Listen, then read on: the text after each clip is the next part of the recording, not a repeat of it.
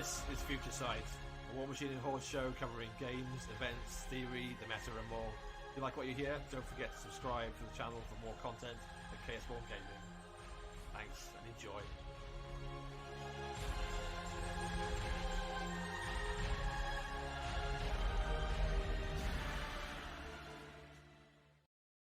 So, good evening and welcome to Future Sight, our War Machine and Horde show. So, thanks for joining us, and I'm here tonight with Evan as usual. Thanks, Evan. Straight off, actually working out how to play Circle. We'll talk about that in a second because you did pretty good. And for a given value thereof, yes. And Rob McCormick, who is the current and reigning champion of the Welsh Masters. So, well done, Rob. Thanks for joining us, buddy. Yeah. Yo, good to be here. Before we go any further, I'll just say thanks for watching us. If you're watching us live on Twitch, check us a follow or even use your Amazon Prime sub if you don't want to watch the adverts because I need to feed my kids or something. And also if you're watching back on any of the podcast channels or on YouTube, do the same. Feed the social media gods. It helps makes me feel like editing might eventually be worth it. I'm debating doing some editing this week because the Firestorm Games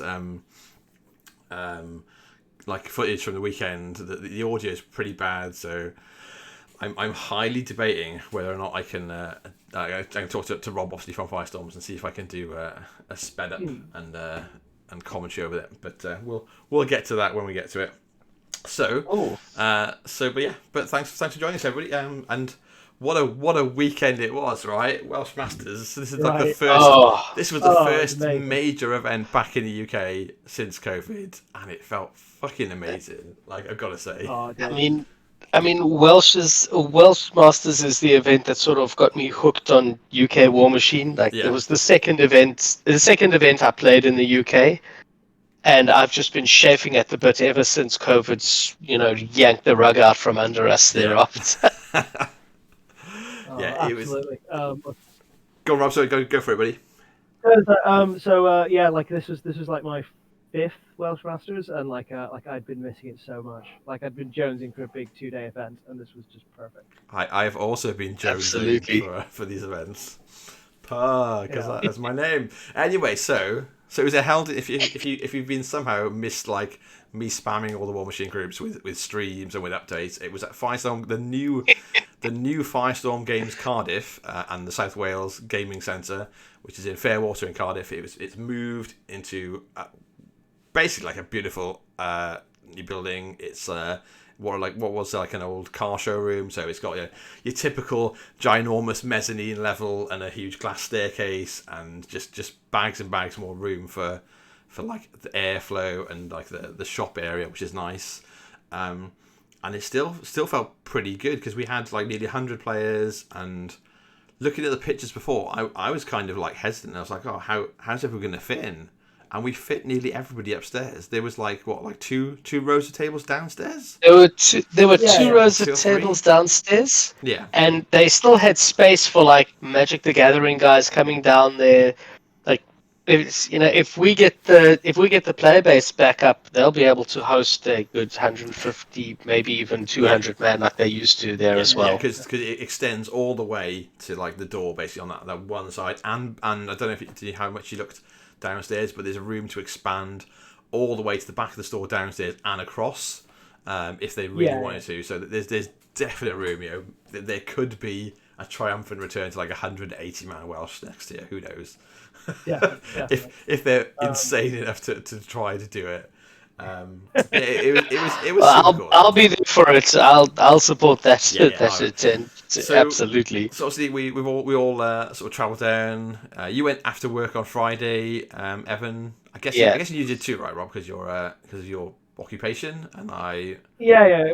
Those who out there probably don't know or may not know, I'm a teacher. So I finished school on Friday, booked it back home, grabbed my stuff, and booked it down to Welsh because I know the Friday evenings are some of the best gaming as well. Yeah, it was really cool. Yeah, I do regret I didn't get those. I just had a bit too much on my plate, and I only arrived like 9 o'clock Friday. I definitely would like to try it next year. Just take that Friday off. Yeah. I think I'd already left by then. So I rocked up about like 2 in the afternoon. I had to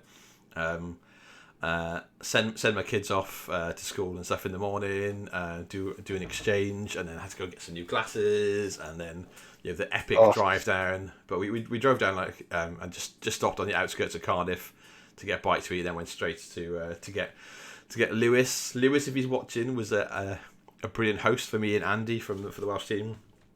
So we saved money on having to book anywhere, so I didn't feel so bad about going out and spending money on Saturday. And then, because we were there early enough, I managed to get a game, but people didn't want to hang around too long, so I only had the one game, just a bit of a warm up. Did my registration stuff. If you registered early, the first 50 players got basically like an extra random thing in their bag, which was cool. Right. I've got like a coin and like a little tiny sew-on patch. I have no idea what it's from, but at some point I'll actually look at it. I'll show one to you for those that didn't go and haven't seen it. We've got these lovely bags. We've got these obviously that's the Welsh Masters logo, and inside, amongst a bunch of other crap, is just the Welsh flag, and then some dice, like a little widget, and then whatever random thing you got, which is cool. It's a nice touch. But yeah, so we started off. Friday was casual games, and I think maybe like 60, 70 people all registered on the Friday. So there was quite a lot of games going on already, which was super cool. Like the atmosphere was great. But I think we can dodge talking about our Fridays. I did a load of things during the week. I streamed games on Monday, Tuesday, Wednesday. Monday, Tuesday, Wednesday. Then we did the pre-show on Thursday. And then you were busy with the hack machine. I loved it, mate. I absolutely wanted to like do all the support I could for Martin, Byron, and Barry and the team. Great. To be back at the Welsh Masters. So it's like, why not? I just shuffled my social life for what I could and got it going. But let's talk about lists and stuff. So obviously there was I think it was like 90, 94, 96 players booked in. A couple of we had like a few drops, like you were saying in the tweet while we were talking before, Rob. There's a bunch from your club that all had to sort of drop out due to COVID or other life stuff. Yeah. But didn't have too many drops, which was pretty cool. Like I think we kind of had the amount of drops you'd expect from like the smaller steamrollers we've been having. So yeah, very reasonable amount of that. But let's talk about our stuff. So obviously, I took Retribution. I've been on Retribution for 3 months. So I've been like putting some time in, and I'm super happy with my list. And my other list is a bit of a scare list, and I'm not super set on it. But I played, or rather, I took Falsier in Forges of War. With like a battle group heavy, so like 2 Griffins, Discordia, 2 Eternae, Fade Knight Guardian, a Trident, 2 units of mechanics, 2 mechanic solos, and Lanissa. I think that's it. Yeah. And Alara with a Gorgon. And then I paired that with Kalissa in Defenders of Ios with 2 Eternae and a Fade Knight Guardian. Alara with 2 Harpies, Riskfast Defenders, 2 lots of Electromancers, Iris 1, 2 Ghost Snipers, a Priest of Nissor, a House Eloir Warden Executioner, just to power up the Eternaes, basically. Scythe. Was that everyone? A ton of the Riot Quest solos, basically, as you'd expect. And I like two mechanics or something like that. As is tradition. Yeah. Sounds about right. It was super cool. I was dead set on my Kalissa list. I've played it into a lot of stuff, and there's been a few tweaks of it to be particular tech choices. So Iris going in instead of Hermit is a tweak to help against Crucible Guard, to help against Madrak 3, to help against a certain someone with a big shove. There's a few lists that she really sort of helps shine into, rather than like the slight extra damage from Hermit, which was cool. And that was my lists. That was the plan. I was aiming for. I really wanted top Welsh player. They didn't do awards for the top national national players this year. But they did tons of other stuff, so it's not anything you can complain about. But my goal was top 20, top Welsh player. Like I was like, I'd be really happy if I could beat some of the other rep players to the top as well, because we've got some good rep players in the country between Christopher Clare and Ben. And yeah. Well, and there's quite a few people on rep now, so so that was me, and I guess we'll spoil it at the start, right? So I think I ended up 13th, and I was at best in faction, and then Evan with Circle, best in Circle as well. So we're definitely the best podcast team out there. I'm pretty sure. Yeah, definitely. I was quite proud of that, of the most overrepresented faction. You were 6th place, right? Yeah, so I took 6th over there. I submarined my way all the way up to 6th. Did you lose your first game? Was that the plan? I lost my very first game, which we'll get into, but is the best game I played all weekend. Oh, okay. So what was the pairing for you, everybody? So I took Kruger 2, despite everyone saying Kruger's star has waned and it's time for Wormwood instead. I took Kruger 2. And surprise, I mean, my list is not particularly surprising. If anyone's been kind of watching the Americans, it's basically a Baby Mike special, except I don't like slaughterhouses. So it's Kruger 2, a Feral, a Stalker, double Warden, and a Weird. Yep.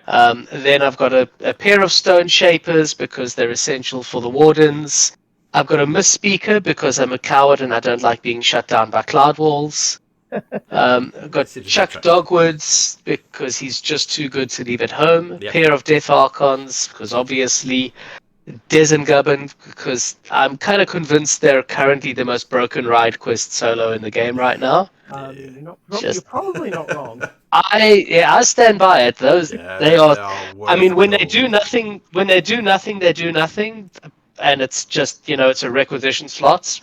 And when they go off, they punch so far above their weight class. It's ridiculous. I think they're cracking. Hi, Gav in the chat. Thanks for the follow, buddy. I'll just put it back up. I appreciate it. So then, what else did we have? We've got Lanissa, who actually is who's a mistake after the tournament. That's changing to a Wayfarer, but was too late. Scythe, pair of River Raiders, and Shifting Stones. So nothing there particularly surprising. I wish Retribution could take River Raiders. Yeah, it's a surprisingly strong shooting phase, even though it doesn't sound like it. Yeah. It's got the usual Kruger shrimps, right? bullshit. The ride quest, the shrimps, and Kruger himself, it's a surprisingly strong shooting phase. Yeah. You add in the boostable gallows. It's got a lot of range output. Yeah. And then pairing that is Chromac 1. Yeah. And here we've seen a lot of variety, and I haven't seen anyone fiddle with the sort of build I'm playing with, which I'm quite chuffed with right now.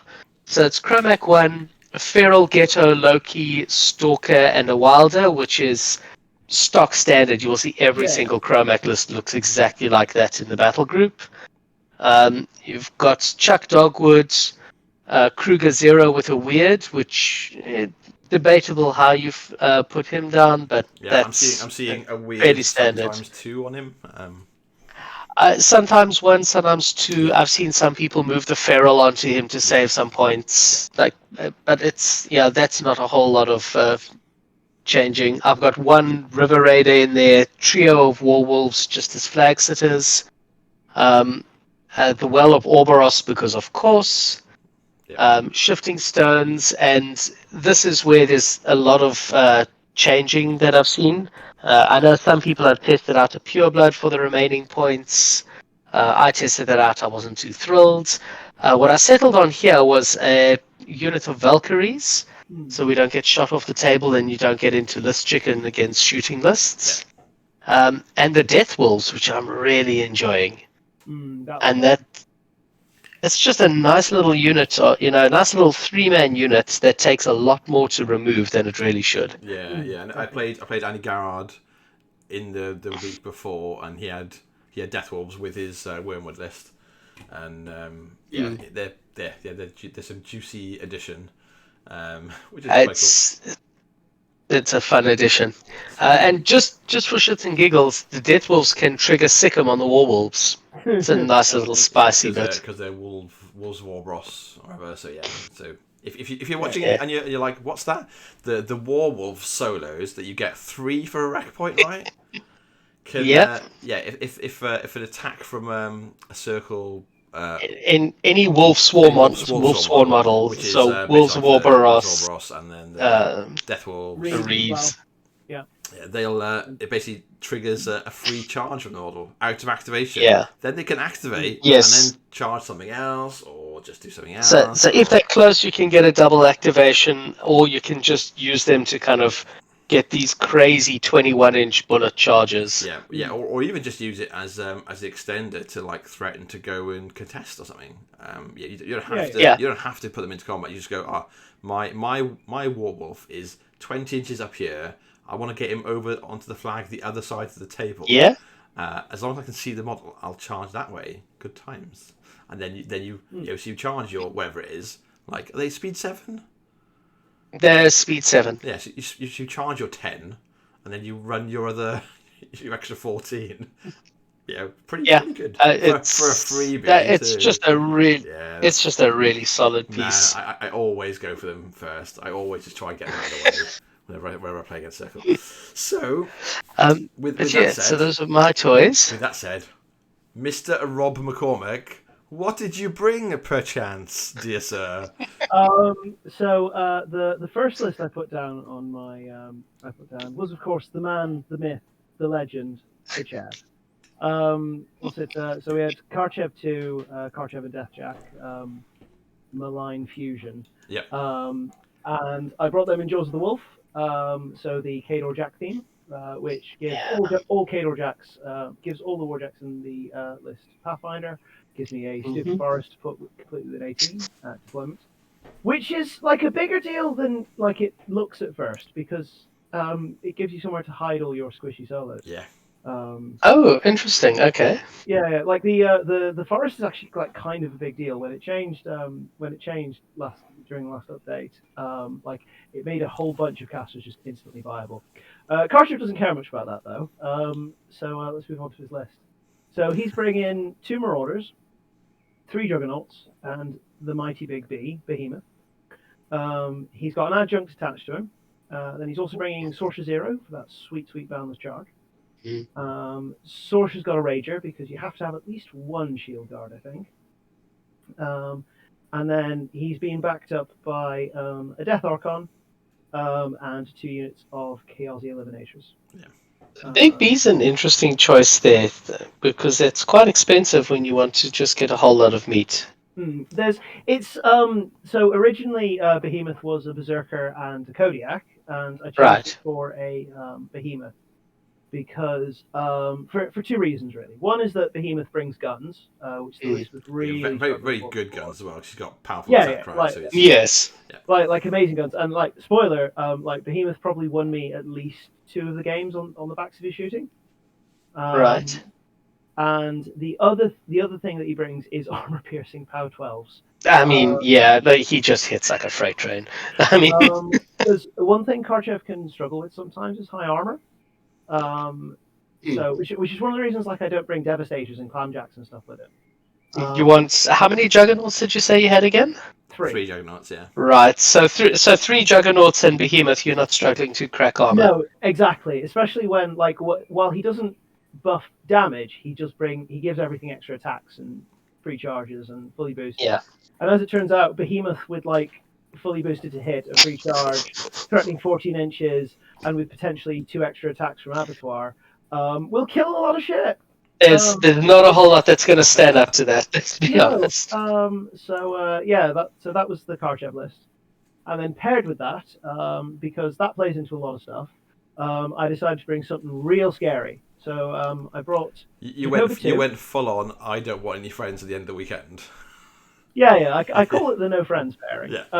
So I brought Zakova 2, the crazy I'm going to cast a billion spells caster.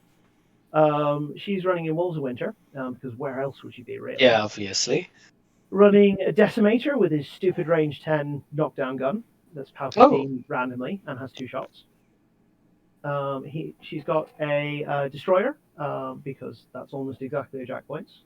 There's an adjunct in there because of course there is. And then we get into the wizards, the Santa squads. Wizards. So there are many wizards in this list. Like Mrs. Claus running it, Zerkova 2 herself. We've got the Kung Fu Santa, the adjunct. We've got the Santa Scouts on horses, the Outriders. I'm assuming there's 10 of those. Yeah, there's two full units. There's three units of Santa squads. Oh, wow. That's a lot of wizards. Yeah. We've got 2 OG Bad Santas, so the Golden Lords. We've got Iona and Holt with Commandant Santa. Valachev, yeah. Valachev, the man, the myth, the legend. We've got a Thamrite Archon, because rerolls is funny on Zerkova. That's interesting. We've got a Void Archon because Dark Shroud is a thing. And I think that's the whole list. Sounds right. So not a very resilient list, but no, it is. It's designed to kill you. It kills you before you kill it. Yeah. It like the list hits surprisingly hard. I have literally killed Karchev 2 through a 3 count before. Oh wow. Yeah. So what actually scares your Karchev that you would drop? That you're looking to drop Zerks into? Crucible Guard, in a word. That's the same reason I got Chromic, right? Crucible Guard, and also it's like the list is Zerkova's weirdly resistant to shooting in early turns because so the Golden Lord changed, so now he's got his leadership is now Prowl. So all Grey Lords get Prowl on the list. So the ponies have no read, so they have concealment natively. And you have 100 million blizzards in the list. So like almost everything is stealth, and they're like having an army with mass stealth is randomly really good. Actually, she's got Sackborn onto the Doom Reaver escort. Is it Sackborn? Not Sackborn. Cold Sacrifice. Cold Sacrifice, yeah. So when if she dies, then she kills one of the Doom Reavers instead. Which is in some ways better and in some ways worse. So Zerkova herself can get Prowl as well because she's a Grey Lord. And then she's also got those Cold Sacrifice. She's immune to spell natively. She is like bizarrely hard hit. Oh, that was the other thing I missed. I also have a Thamrite Advocate because they got stupid. Because he's just a free right. So Zerkova 2, they also changed how what's it called? Sacrificial Lamb works. Yeah. So now it used to be you killed a dude, and you gave every Jack in your battle group a focus, which wasn't super great before. Now you pick 2 models, you do a D3 of damage to each of them, and every point of damage that you do gives you a focus to distribute to your battle group, including your caster. Including your caster? Yeah, your caster is part of your battle group. No. Yeah. Yes. You can only give up to 3 focus to any one model. Oh no. How much does it cost to cast it again? 1. Oh, for fuck's sakes. So she's 7 base. She gets one from the Thamrite Advocate because she can get power from the Thamrite Advocate. Yeah. Then she casts Sacrificial Lamb. So she was at 8, now she's back at 7. You probably get 3 focus at least. She put on her, and now she has 10 focus. Oh wow. Okay. Which, because of how the maths of how Zerkova actually casts spells, means that actually you're casting like a whole extra boosted spell. Because before she was quite often stuck camping 1 because she'd like cast Occult Whispers and maybe boost a Hoarfrost, or she'd cast Occult Whispers and do something else. Whereas now she's like spells, more spells for everyone. Now, before the Telgesh Mark dying was kind of a catastrophe. Now it's like, whatever, I'll just recast it. That's a massive difference. Okay. Yeah, it's pretty impressive. And then on top of that, the list when the changes happened got about 12 extra points because their Warjack points went up. All the Grey Lords got cheaper, and so did the Jacks I take with her. It's a nice day. It's a good time. Yeah. Hi, Aaron in the chat. Nice to see you, buddy. But yeah, so that's our lists. And we are, that's what it takes for me to be best in rep, best in circle, and best in Khador, and best in Welsh apparently as well. So let's talk about some games. So like I said, I think I don't know about you guys, but I played like a good few games in the run up. Oh, thanks, Aaron, for the sub money. Appreciate it. Use the prime subs, kids. So let's start with you, Rob, if you don't mind. So scenario 1 is King of the Hill. Oh, actually no. Before we go there, let's talk about what were your expectations. Were you going into this going, I could win this, or I want to win this? Because I know one of my locals, Dom, was like, I think Rob McCormick. This was like on Monday before. He's like, I think Rob McCormick's going to win this, and I was like, I think Brett or Wout. Those were my favourites, Brett or Wout. Yeah. I can't remember if you. You can't call you an idiot. Wout was in the finals. So. Yeah. Did you dodge? So I dodged Brett. Yeah. I didn't dodge Wout. So I went in with I was hoping to go at X and 1, so 6 and 1 or set 5 and 1, depending on how many rounds, with like an inkling that maybe I could win it, that I'd have a go at it. Yeah. I was going in hoping to go X and 1. Yeah, I think I was like I'd be really happy with 5 and 2. I'd be obviously much happier with 6 and 1, but like I was like, all right. Yeah. I would be like, I've done well if I've gone 5 and 2. What was your expectations? Yeah, I was back on circle as well. Right? So my kind of bare minimum was a 4-3, but I was aiming for a 5 and 2. I'm normally a 66% and I could win 2 out of 3 games in a larger tournament. So I was trying to beat that to get 5 and 2, hoping obviously for a 6 and 1, which I was very happy to get to. Yeah. Oh, cool. Right, well, let's jump in then to the games. So, round 1 is King. Right. If I'm wrong, my scenario order was provided by Rob because I can't fucking remember. I contributed one round. I was like, this is a scenario in round 4, and that was left me out. So we think it was King of the Hill to start off with. It was Championship belt. I'm pretty sure that's King of the Hill. Yeah. I know it's Championship belt. So my first round, I got Daniel Berra, who was playing Signar. He's playing double Haley, right? The Haley 3 in Storm Division and Haley 1 in Gravediggers. Oh, okay. No, in Gravediggers. He had his Haley list was like 3 Chargers and a whole mess of Storm Knights. Yep. And the Haley 1 list was a Hurricane and a whole mess of a million long gunners. like a unit of long gunners, a unit of trenchers, ion and hull, like all that good stuff. Yeah. So I have a look at the lists, and I decided that I could probably play Kharkiv into it, but I would be on tenterhooks the whole game because Haley 1's feat is actually quite good at killing Kharkiv if I make a mistake. And he can actually like cripple jacks and kill jacks fairly easily. Yeah, because the long gunners can like mini feet and double up their shots and take out surprising amount of punch. Yeah, and there's Ion and Halt, and there's it's definitely a playable game for Kharkiv. But it's just a pain in the there's that risk element, Yeah, and like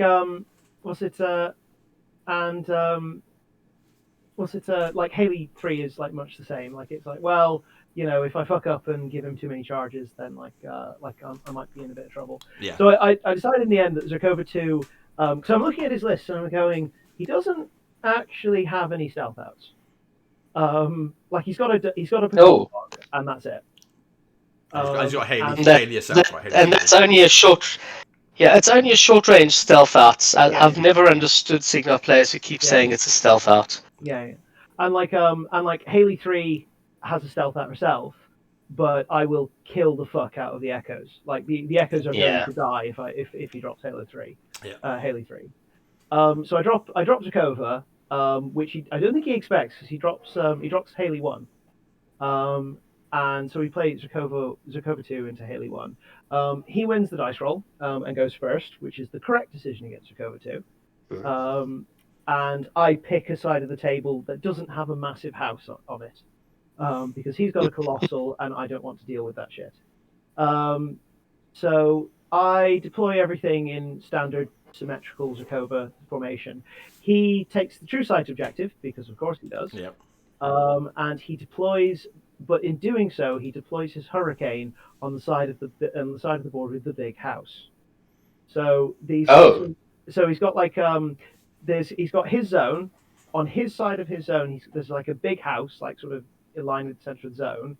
Then there's the objective pushed to the center of the board, and in front of the objective, he kind of deploys his hurricane. This becomes important later. So he kind of runs everything forward. Tries to stay mostly out of range. Like he gives me a couple of commandos that I could kill, but like I might have to put something in range. And he makes sure that the hurricane gets within 4 inches of the objective. And he puts so on one side of the hurricanes there's this big house. In front of it there's there's an objective, and then there's a small pocket of solos to its other side, which is like it's like the hermit and the patrol dog and Finn, right? So I'm looking at it going, I can get a Hoarfrost onto that group of idiots. Which by sacrificing a horse, which I do, and I go for it. He hermits the dog to make sure it lives, but crucially, I get the crit stationary. So now he's got on one side he's got the house, in front he's got the objective, and on the other side he's got a stack of solos that are going nowhere. Oh, so his hurricane can't go anywhere. That's a lot of points stuck in the middle of nowhere. Yeah. So he could have, if I kill those solos and he can move them, then he can sort of walk into the middle of the board and like get AoEs into my back lines, and like it's really bad. As it is, like he's a bit screwed. So the Thamurite like walks up and shoots some idiots, and everything else like stays very far away. Like I was sending pictures back to the Walsall chat. And they were saying like your models haven't moved for 3 turns, Rob, because they were walking forward, spraying some idiots, and then walking back, and then doing that again. And I'm feeding my jacks into the zones. The Decimator gets sacrificed on the altar of killing his objective, so he doesn't have any stealth outs anymore. And I just over the course of the game, I think at the end of the game he had Haley and the Hurricane left. And I won 12-7 at the end of turn 7. Oh wow, that's a patient game. Nice. Yeah, because like I have no reason to rush. He keeps Haley super safe. I have no way of dealing with the Hurricane really, because he's got Haley stood behind it with like 3 focus every turn. So yeah. Yes, I can't. So I just ignore it the whole game. And as he slowly kills like a Jack or some Archons, and at the end of the game, I think I scored something like 80 RE points, having killed everything except that and winning on scenario. Ah, solid. Yeah. Cool. So Zakova is not just an assassination list. Yeah, no, yeah, I've experienced your Zakova too in person. It's covers a lot of things, including broken hearts and tears. And so Evan, you start off playing Michael Rhodes. Michael Rhodes. Rollbloods. Yeah, so Tell us about this was one of the things I knew I needed to play into. I need practice into Maddie 3.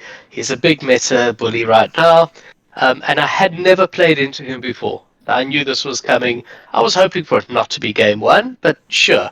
So what was the pairing? Madrak 3 and... So it was Madrak 3, and frankly, who cares, because it was Circle and we know he's dropping Madrak 3. Okay. I don't think it was Colgrimmer. It may have been, but whatever it was, he was dropping Maddie 3. There was no question. Popular. It's like Colgrimmer or Gunny 2, I think the most popular. Yeah. No, it wasn't a Gunny. It wasn't a Gunny. Yeah. So whatever it was, there was no question that was going to be a Maddie drop. Yeah. And I went in with a game plan with Kruger.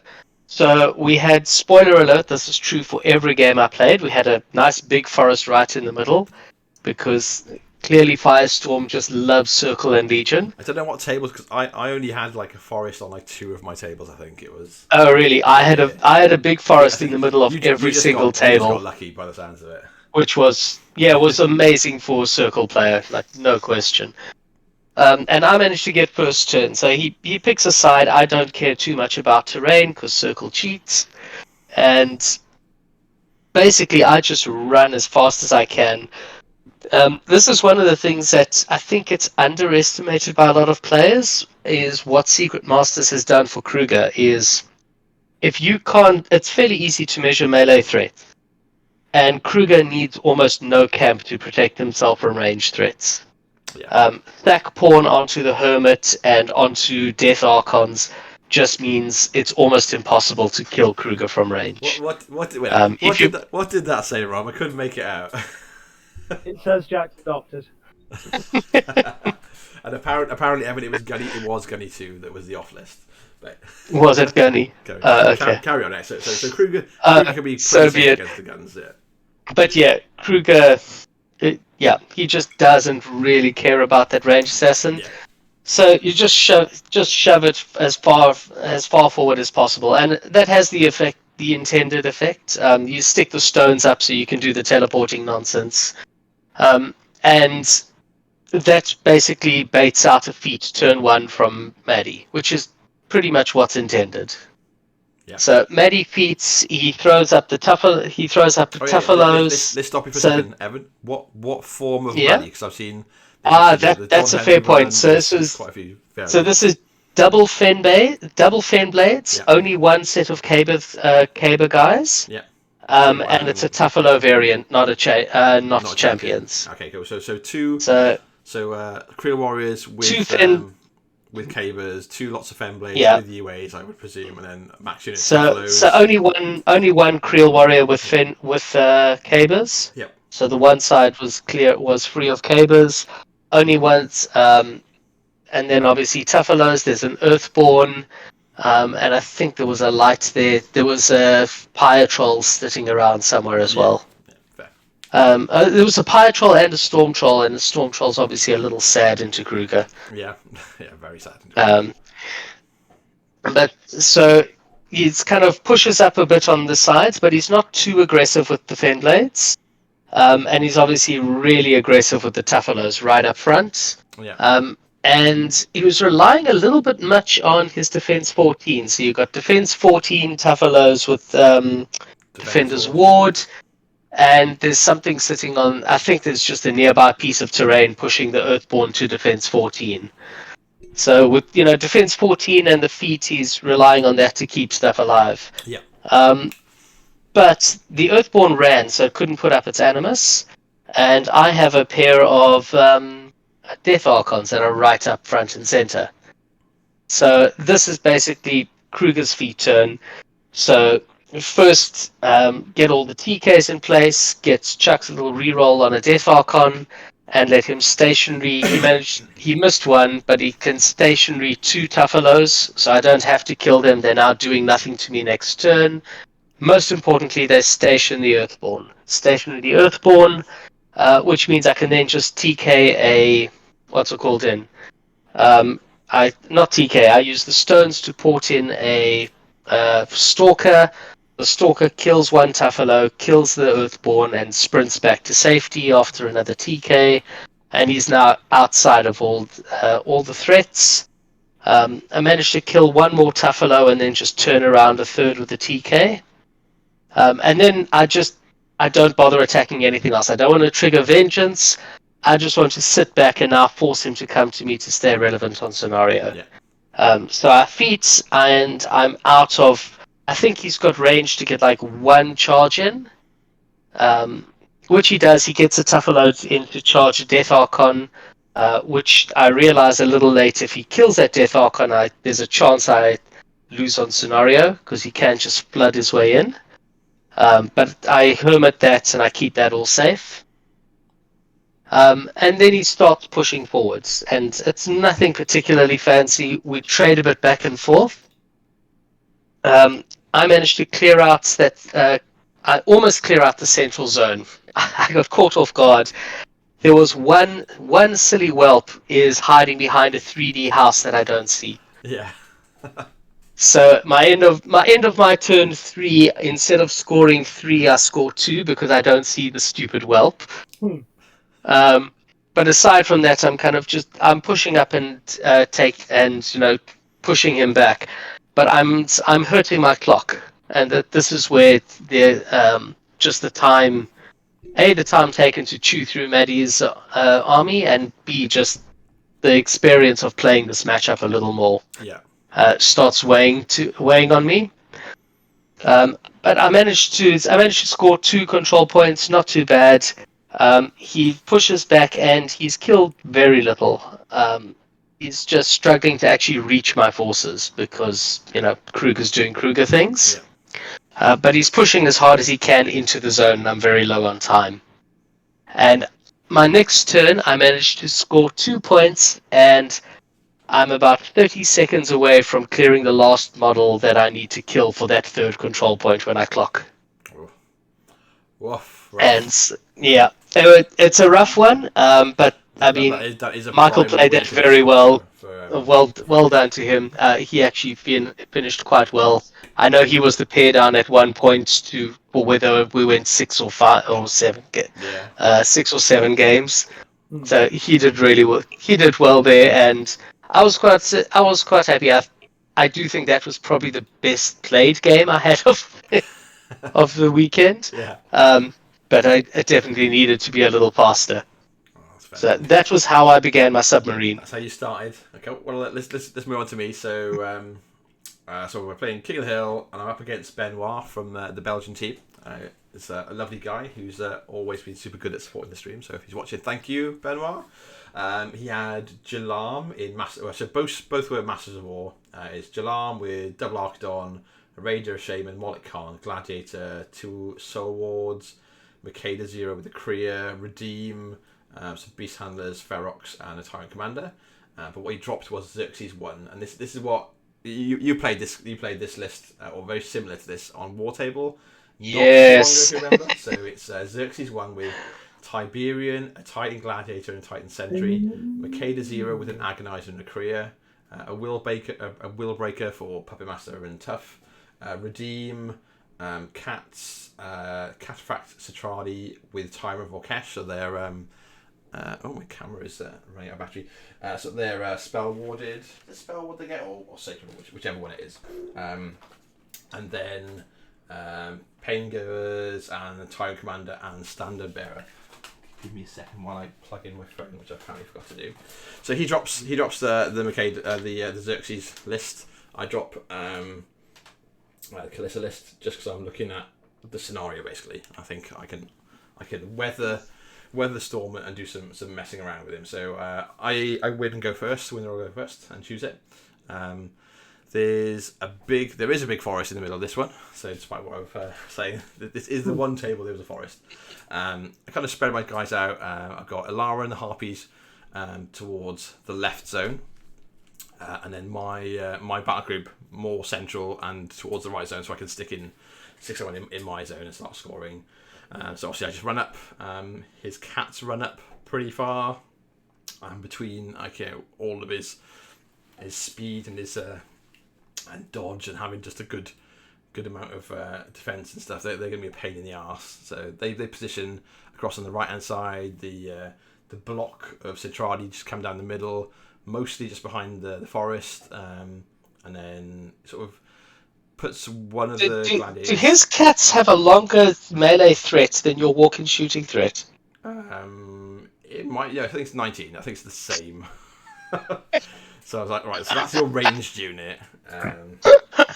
Obviously, you've got to leave them the landing spot. So as long as I can either mean he's got to jump sooner or can't jump as far, it's not so bad. So basically, but very much I was Kalissa needs to stay safe. That was my thing. So she's like def 18, with the Fey Knight Guardian in the list because guard dog. But still, I'm not willing to risk. Especially under feet, a cat pouncing and being like, oh no! It's like, well, yeah. So I pass turn, and he puts some cats in my right zone. He puts one of his, I think it was the sentry wants to go into the left zone, and then obviously he's got like a big old block of guys just completely blocking Xerxes, and Xerxes is sitting on a good chunk of focus, just being aware that he doesn't want to go below a certain amount where I can just strip it off him and use his own focus to boost killing him. So I start shooting. So this is my turn 2. I so my turn 2. I just mess around with this stuff a bit, do some chip damage, shoot some things around. Starts killing the cats on the right hand side. So Eterne shots are just being dedicated to killing a cat each, and I'm bouncing E-leaps where I can, or pulse fires if I'm lucky enough. Between that and some ghost snipers to take out a few more of the cats. So he's down to like 3 cats already, I think. His turn, he sort of comes forward, and I've positioned a bunch of stuff where he's going to really struggle to get into any of my like juicy pieces. But obviously he's got it because he's Master of War. There's no tough checks for my Risavas. They're just going to get RFP'd. So he sort of punches back, kills a bunch of stuff, but like just like the outer layer, kills like a couple of Electromancers, and then my turn 3, I shoot off the objective. And then my harpy starts shooting his sentry further and further towards the left-hand side of the board. So after the first 1 or 2 shots, his sentry is then outside of control. He's got a couple of fury on him, and I'm just shooting him more. Just going to go further, go further, go further, and then speed of death him backwards. So I'm scoring that zone with that harpy. In the right side, I think I struggle to kill the last cat. I think there's 1 cat I can't quite get the amount of attacks into to score my right zone, but I do some good damage, and I think I've left him now with 2 cats, and then he comes forward with a feat. So Tiberian comes in, smashes the objective, but like absolutely whiffs on the damage rolls. So he's relying on being able to destroy the objective and basically keep on pushing further towards me to get into the Eterne to kill it. But his first 2 damage rolls into the objective are like double 1 and a 3 or something. So he ends up spending like an extra attack, or at least 1 extra attack on the objective than he was hoping. Then having to go forward and bash. I can't remember who was in the way. It might be an Electromancer or a Risavas, but gets onto the Eterne with already like a bunch of fury on him, and he just falls short slightly. So my turn is there going, I've survived and nothing is out. this was interesting. And then on the left hand zone he puts one of the gladiators into the harpy that's in the zone, kills harpy, and then positions. But on my clapback I managed to get the 2 Eterne, between the 2 Eterne and Executioner and Aelith. I kill Tiberian. Just flatten him. I think I take over the right hand zone. I do the same thing on the left between Electromancers with Pulse Fire and the last harpy. I basically clear out the zone. So I'm looking pretty good. And that Titan just keeps on not frenzying, but gets further and further away from Xerxes' control. So on Benoit's next turn, he's kind of going right. He's lost. He's lost a bunch of stuff, and he's like, I've got to try and get that. So Tiberian's dead, the Gladiator's dead. He's like, I've got to get the Sentry into command so I can get something in that zone again. So the Centrali come through the middle as well at this point. So they're kind of blocking the edge of the circle zone, but I've still got like a row of Risavas all behind my theme wall at the edge of the zone. So they're basically just holding on, going, cool, we're like, chilling at def 16 and we'll smash you back if you actually manage to hit us. So I'm holding on to the zone, but like he's definitely starting to destroy the stuff I've got in the middle. So my flank's looking all right, but like Kalissa is also in the middle, like on my kill box, going, we need to start doing something here because these guys are going to come at me. So she starts going across to the right on my last turn, but then he moves Xerxes across so we can get use of the sentry, get him back into the zone. And like we're proper slogging it out by now. I think we're probably like a turn deeper than I've explained by now. Yeah. And I'm like, right, time is running out for both of us. And I'm like, right, I think this was the mistake that I needed him to make, was by going so far left, he's just exposed Xerxes. At which point I'm like, I think it's just on. So Calissa just goes back towards the left and Phantom Hunters herself and just starts shooting him. So I think he's on 3 Fury. So basically I just shoot him 3 times, use his 3 to boost 3 times. And then Scythe comes in, does a load of shooting. Does Scythe? Yeah, Scythe does in, comes about shooting. And then I've got 3 Electromancers on the left. One of them that can go into his back arc, the other 2 in front, or just pulse fire him and just kill him. And I think I've got 2 Ghost Snipers still to go, and maybe Iris who's still alive. But yeah, so I kill him and go. Yeah, it was looking a bit too ropey in the middle, so I took the what looked like a good way out. But yeah, super cool, real grindy game of us just slowly just smashing each other's lists to pieces, and the comedy of harpies just bouncing back and forth. Which will return in another game very soon. Yeah. So that's my. I mean, it's a nice piece of tech being able to just shove stuff around instead of having to kill it. So obviously the sentry is immune to knockdown, but the gladiator isn't. So like when I'm putting shots into the gladiator as well, I think I just knock him down on the first hit. I'm like, cool, this guy's down. Just get him out of the way. So that is me. So we're on to round 2, which is Owlface. Who? Owlface, right? Who? Owlface. Alpha scenario. The scenario. So Rob, who did you get, Freddie? Who did you get? I got Elliot Guest, which we actually played on stream, so you can go and watch this game if you would, if our Twitch streamers would like go and do that. I got Elliot Guest, who's running Crucible Guard. Yep. He had Bennett with a whole load of idiots with jetpacks and some trains and some other stuff. Yeah. And then he had the list that he actually dropped, which was Lucas in Magnum Opus. I can never remember which is. Yeah, but Lucas is basically his meat mounting list, isn't it? Yeah. And he's running the meat mountain, the medium base spam version. So he's got Little Alice, he's got a Liberator, he's got a Vindicator, he's got Prospero running a suppressor. Yep.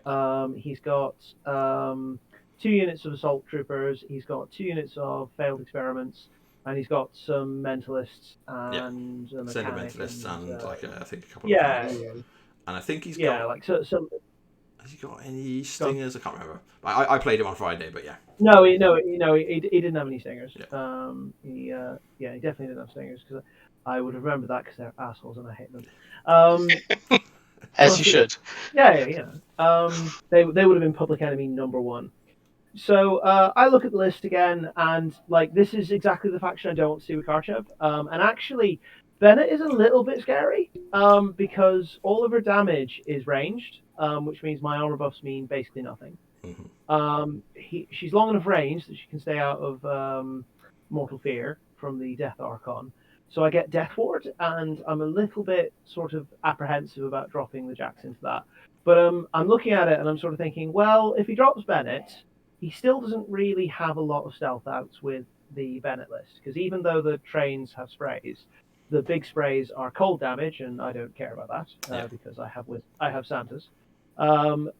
And the Lucas list has a little bit of shooting, but it's only got 1 guidance a turn plus a true sight if he decides to take that, which is manageable. So I decide I'll go with Zakova again, because I think it's a slightly better game. So he drops Lucas, as we said. Scenario's Owlface. Bizarrely, he doesn't take the true sight objective.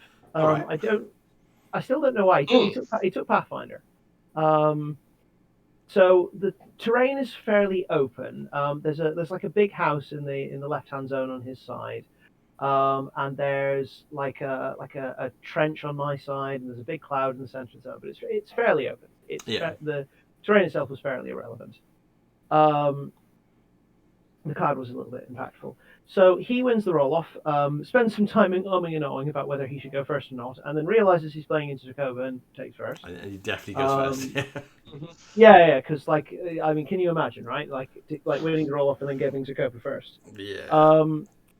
So he runs everything forward like a crazy person, and he makes it, like, I'd say he only makes like a handful of mistakes through the game, but he makes his first fairly big one here, which is that he deploys all of his infantry in these little like pockets of 5 dudes. Yeah, so 3 in the front, 2 in the back, base to base.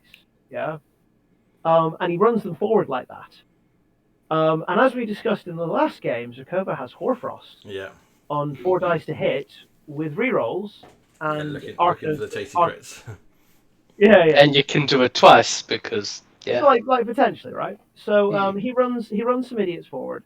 So I measure out where my ponies can stand, and because I've got the adjunct, Zakova can walk 6 and cast Helgish Mark another 8. So it's like 6, 8, then a base size, and then I can arc out the front of that. So like you can actually get stuff top of 1, bottom of 1. I've gotten models that were in like advanced deployment zone on the top of 1 before. Yeah.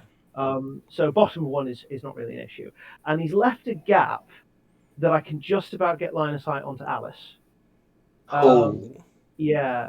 So I spend some time like umming and ahhing, because what I really want to do, and what I don't have focus for, although I have 10, is I would like to cast Eldritch Mark, cast Occult Whispers, get a Puppet Master, and then I want to Hoarfrost a unit of failed experiments, so I don't have to deal with them next turn.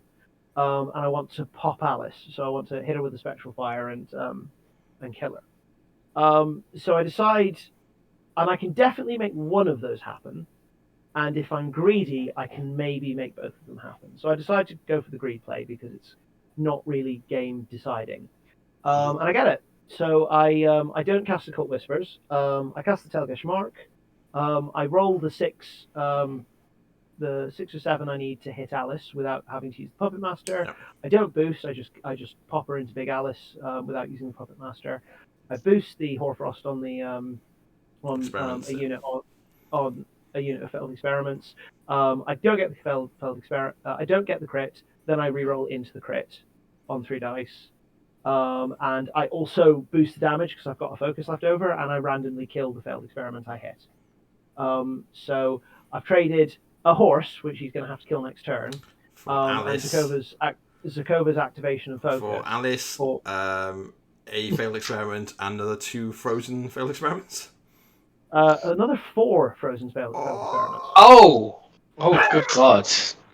It was a whole unit. So he's lost his only stealth out, and he's lost a whole turn of activation from failed experiments. Yeah. So not great. So his turn, he realizes his mistake and immediately spreads everyone else out. So the assault troopers sort of on either flank, run into the zone, and spread out. Yeah. And the failed experiments in the center sort of stay back a little bit, and spread out in the central zone. We can't do anything with the other failed experiments, of course, because they're stationary. He takes a shot into my lines, and I've kind of spread out a bit so that the AoEs aren't going to be as punishing. And he almost he comes like an inch from scattering into Ayana, which he doesn't quite manage. Instead, he scatters into a trench, kills a pony and 2 Turnians, which is fine. Yeah. So that's pretty much all he gets done that turn. So my turn, I sort of ponder beating, decide not to. So I get Kiss on 1 unit of assault troopers, and kill them with a single unit of ponies, which is also the unit I've lost 2 dudes out of. I just get mad sprays, because at that point, I'm ignoring Carapace. Yep. He hasn't got Iron Flash up. Yeah. Yeah, and I'm ignoring Force Aura as well. So they're armor 14 against the sprays. Not great. So they all die. The left-hand unit is a bit harder because I'm dice off 4 instead of dice off 2, but I still kill them all with enough sprays. So he's got 1 assault commando who's hiding behind a building. He's got his unit of assault command, his unit of failed experiments in the center, of which I've frozen 2 of them because he put 2 of them within a 3-inch AoE of the objective. So I've killed the objective with the Destroyer and the Decimator and a Hornfrost. And his other unit is now unfrozen. So his turn, he sort of drops Iron Flesh for some reason. I'm still not entirely sure why. Drifts an AoE and kills another couple of ponies. And runs all of his failed experiments into my face and goes, deal with that. Which I go, cool, okay, I'll do that then. So next turn's feet turn. I've scored, because I actually managed to clear the right zone on my previous turn and kill the objective, so I'm 2 points up. Yeah. So my turn, it takes a bit of positioning, but I managed to get Kiss onto both units of failed experiments using feet. And by the end of the turn, I've killed everything in the left and the right hand zone. All the failed experiments, and I've killed the suppressor which he committed forward to kill my objective. So he's got the Vindicator left, he's got the Liberator, he's got a couple of failed experiments, and he's got the Mentalists, and that's about it. Yeah. Oh, and he's got Big Atlas. So it kind of goes very downhill from there, and I end up winning at the end of turn 6. I think I won. I've got my sheet here actually. I won 8 points to 3. I believe in the end, with 113 army points. Yeah. Because I killed everything and left him just with Lucas. Very, very good for the thing you have to worry about. Quite a ruthless little. Yeah, like another game that I very much slow rolled with Zerkova. Because like he felt like he had to camp at least 3 every turn. Yeah. Otherwise he might just die. And that seems like the right move, honestly. He did have to get 3, or he would die. Yeah, that makes frankly, sense. he probably should have had Iron Flesh on Lucas as well. Because Lucas is randomly hard to kill. Like got Iron Flesh on because he's like armor 19 with rapid healing. That rapid healing catches you out. I've had an Agathon assassination just fall flat trying to take him down. Absolutely. Yeah, on the practice game we had on Friday, on like my turn 2 or 3, I played Calissa into it, and I was like, I'm not going to go for it because I don't think it's good enough. But it's like, do you want to see what it would look like? It would be helpful for me, helpful for him. So we just paused the clock and rolled it out, and yeah, he survived like 3 shots from Calissa, Scythe, and a turn A, I think. And he's like, I'm fine. It's like. Like it was interesting because popping little Alice on turn 1 has like major unintended consequences. Yeah. Like he loses Harmonious Exaltation, he loses healthcare, so he was actually taking random bits of damage from his tokens. It was really bad. So yeah, it was a really interesting game. Cool. And again, like second game I played Zerkova and gone to like turn 7. Yeah. All right, well, I'll jump in with my one next, and then we'll come back to Evans. So Sure. I played into one of the only 2 Menoth players there. I played into Matt Hopkins, who's the captain of my WTC team. So that was cool. So he dropped Fiora 4, with like Sevi 0 and I don't know, like 3 of the heavy shield guards. Basically just a hell of a lot of heavies. An arc node, and then it's a lot of heavies. I remember this list. A lot of heavies. The arc, and then the arc node, and the light with the long range crappy AoE gun. It's a Redeemer. Yeah, Redeemer. Yeah. So he sticks the continuous fire upkeep on that, so it's just going to do fire wherever it lands. So I play Calissa because let's go for it. I play Calissa every game, so. Let's save myself some time. Right. So he comes forward. I win the roll and just run forward. He comes forward, tries to do a bit of stuff. I think he ends up scorning a harpy that I put just a little bit far forward. But I'm like, I'm okay for him to scorn one if it means I can kill his Arc Node the next turn. And I think I killed the Arc Node the next turn and cripple the Redeemer. And then it's basically just then from there a slow grind of me just scoring on scenario while I'm just pushing his jacks around and slowly killing them. Was not a great game for Matt. Not because of how he played, just because the matchup was real bad. Where I can just shoot his jacks and go, cool, which one would you like to shield guard the stationary shot onto? And then I'll shoot them with the other stationary shot. So it was pretty bad for him. While I'm basically just dicking around with crazy shots that definitely they don't want to see. And like nearly all my guns, because it's a magic, I think Scythe and the Ghost Sniper is the only non-magical guns. So he can either just like, he can pray for it just to protect them from that, but that just means I shift what they shoot into the solos and stuff. But I end up just like pushing stuff out of the zones, starting to score on the left, and I've basically got a unit of Electromancers just slowly sort of creeping forward from each side, just doing more and more work until I just score the victory on the scenario. So nice and easy and quick for me. So we can get back to the love that is Circle. Nicely done. So, I just ended up 5-0 on CPs with I don't know, like 30 right. points. So I left a lot of jacks alive, but it was like it was fine. So Evan, the submarine is on the way up. So the submarining work begins.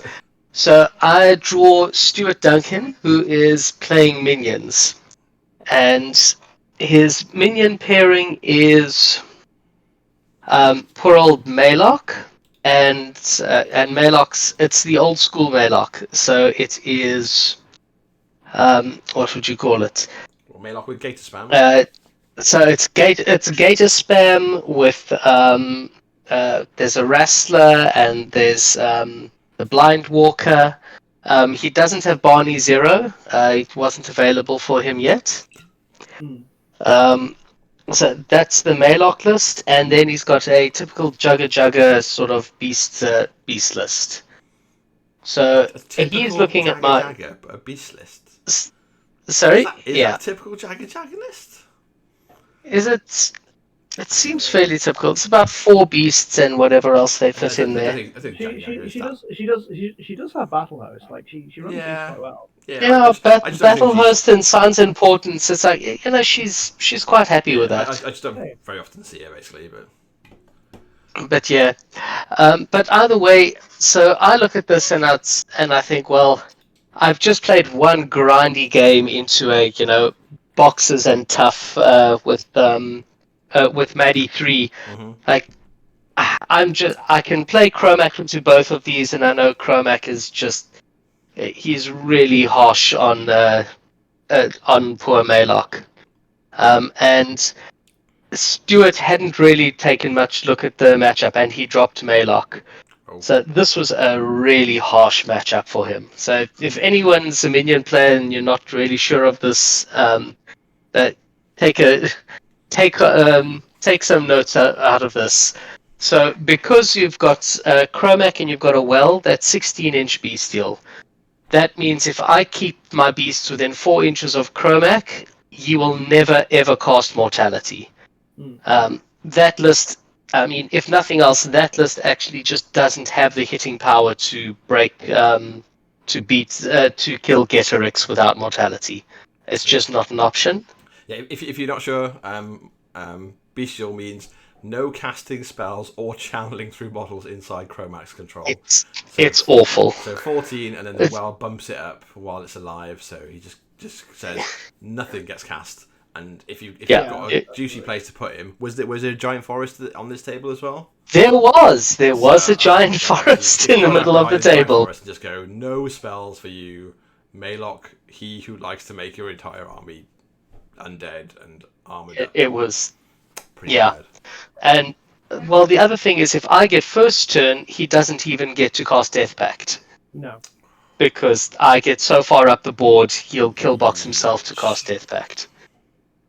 So luckily he got first turn, but he's now got this awful choice. He either has to get really aggressive and just feed me his army piecemeal, because I hit hard enough that I can chew through, his feat and Death Pact with a fair amount of ease anyway. So he either has to get really aggressive and let me just chew his army apart, or he has to hang back, in which case I bully him back and he doesn't get to cast Death Pact again. Yeah.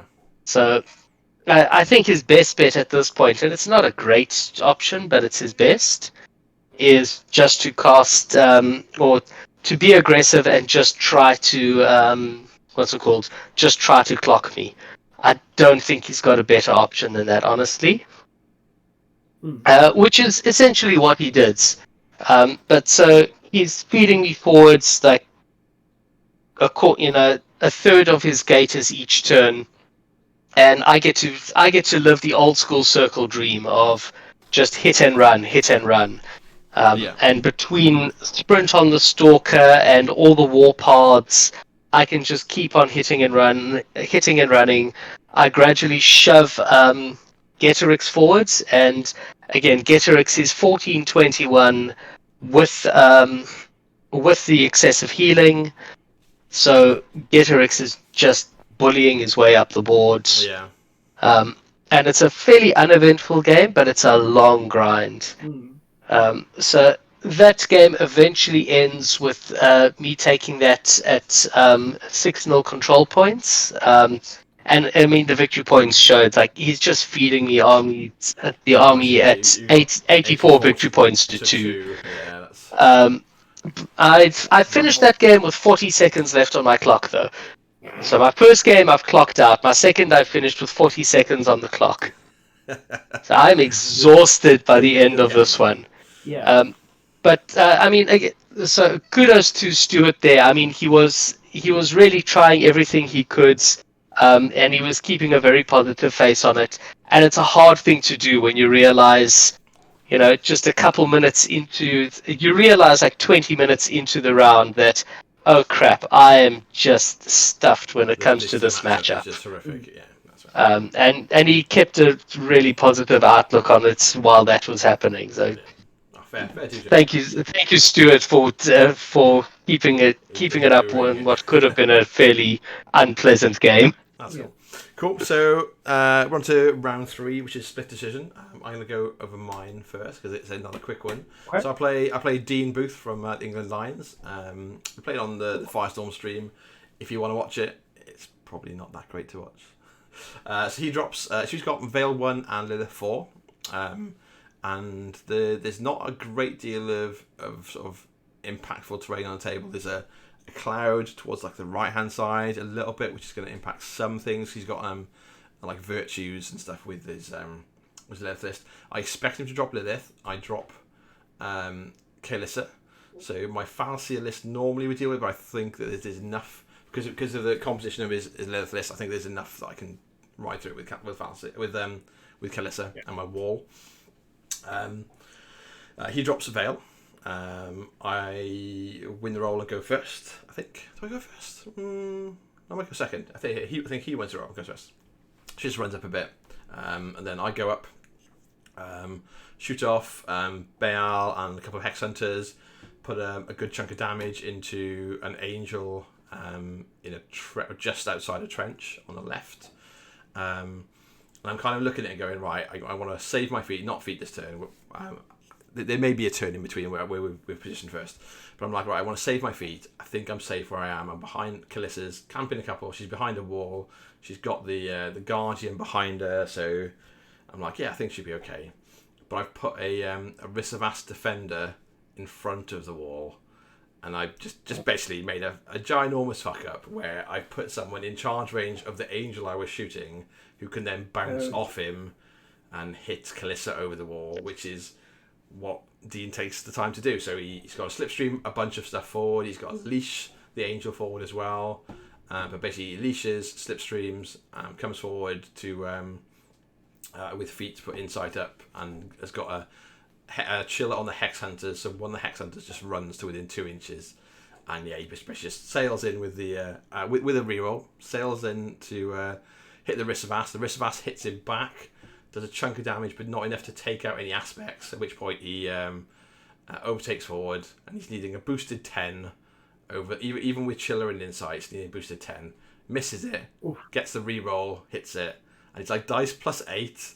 So I survived the initial, but he's charged for free because of the mechanical shredder, because full steam, and then obviously he's done the bite attack and then the tail attack. So he just used basically one to boost the initial, one to boost the damage, and he just buys another one, boosts it, hits it, and she's dead. And I was like, well, so I could have feated and just made it impossible. I could have not had the Risavas there and made that impossible. I could have been too focused up by not putting the not cycling refuge onto one of my turn A's, which I think he said would have maybe put him off it.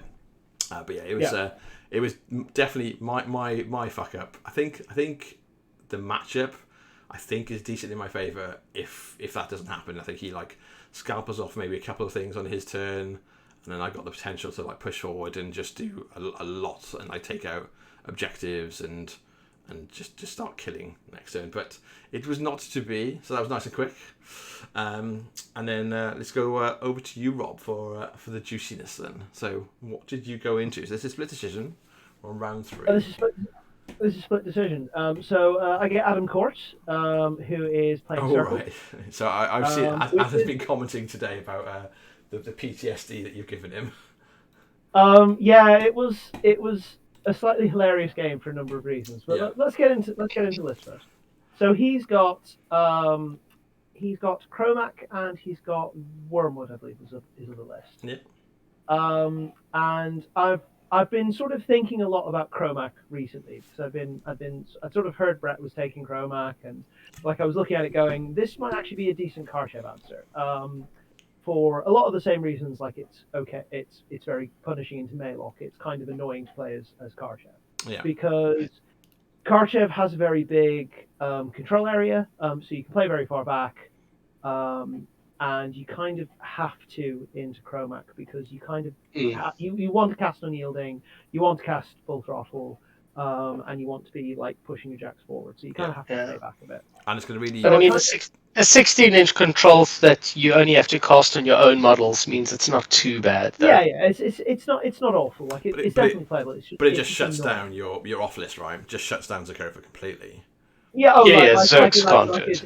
It's not a game. So it's on the table, so you've got to drop Karchev, right? Yeah. So spoilers. I dropped Karchev every other match. Yeah. Every other round this game. So it's Karchev from now on. Although I did consider Zakova a couple of times.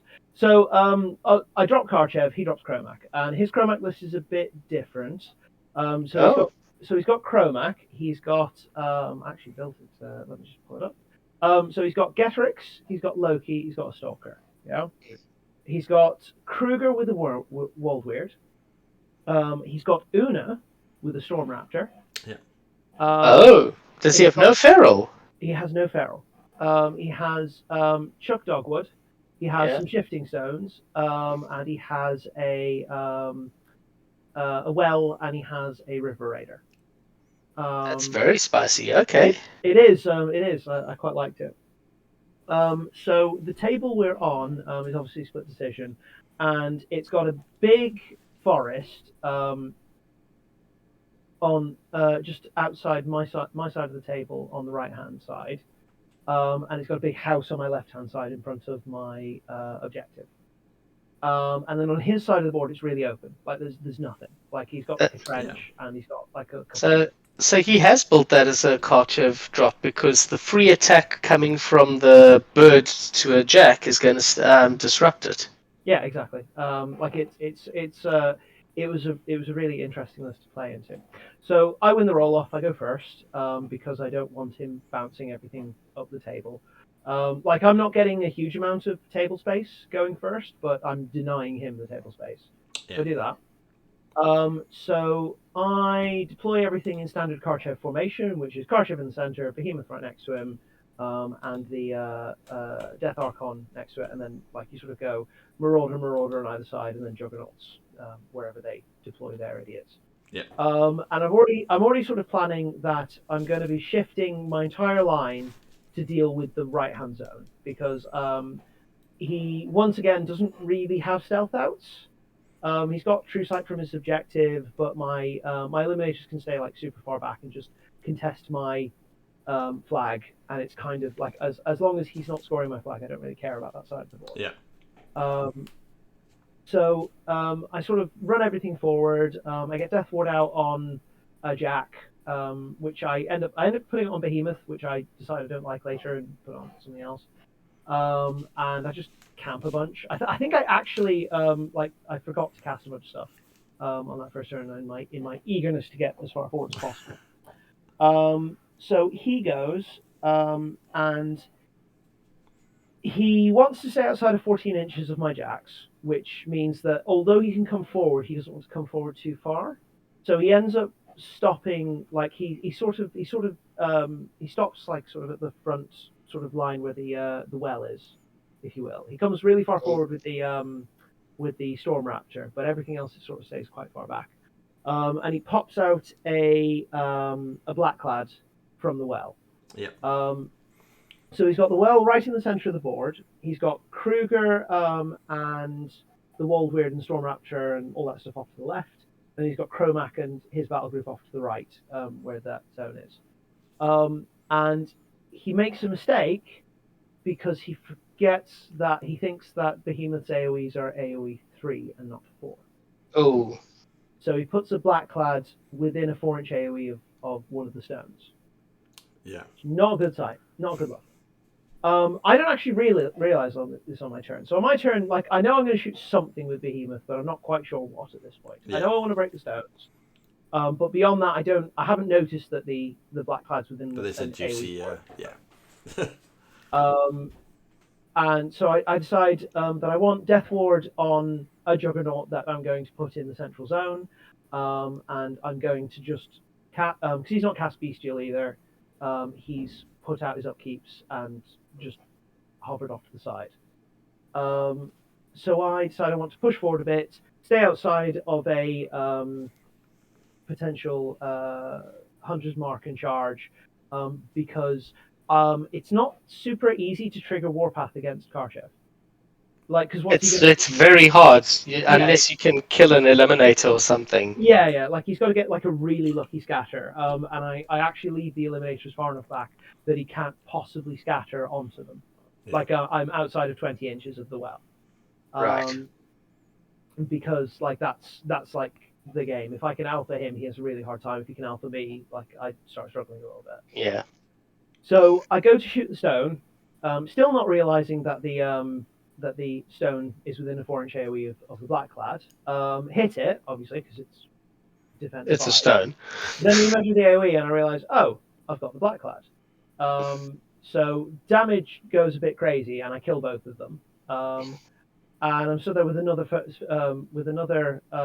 on Behemoth, going, well, I just achieved everything I wanted after this turn. So I shot the well, and just to put the little cherry on top of the shit sundae for him, I spike damage and do like 9 damage to it. Like, ow! Yeah, like just randomly, just to like be annoying.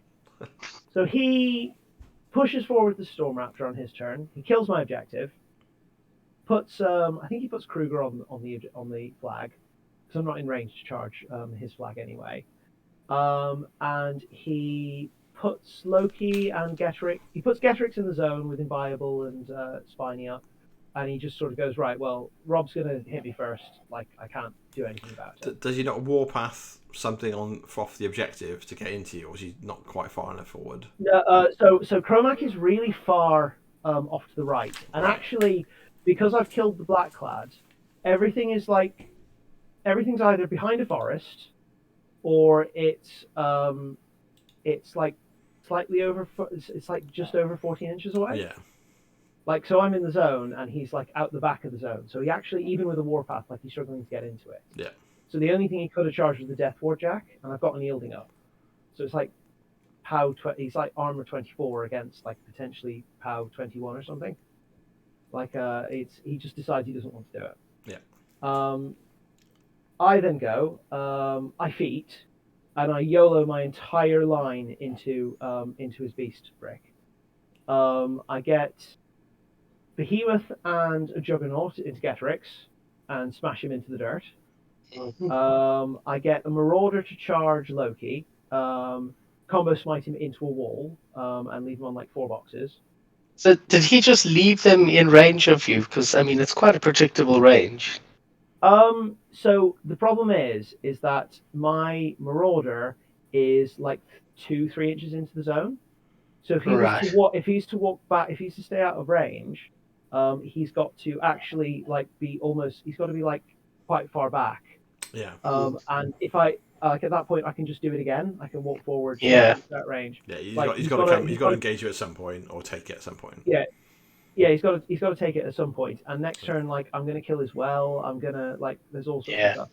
So at the end of the turn, I've killed Getrix, I've killed the well, and I've like mashed Loki up pretty badly. He tried to put some like stones in to stop me getting into Loki, but like I have spare jacks. I just use them to kill them.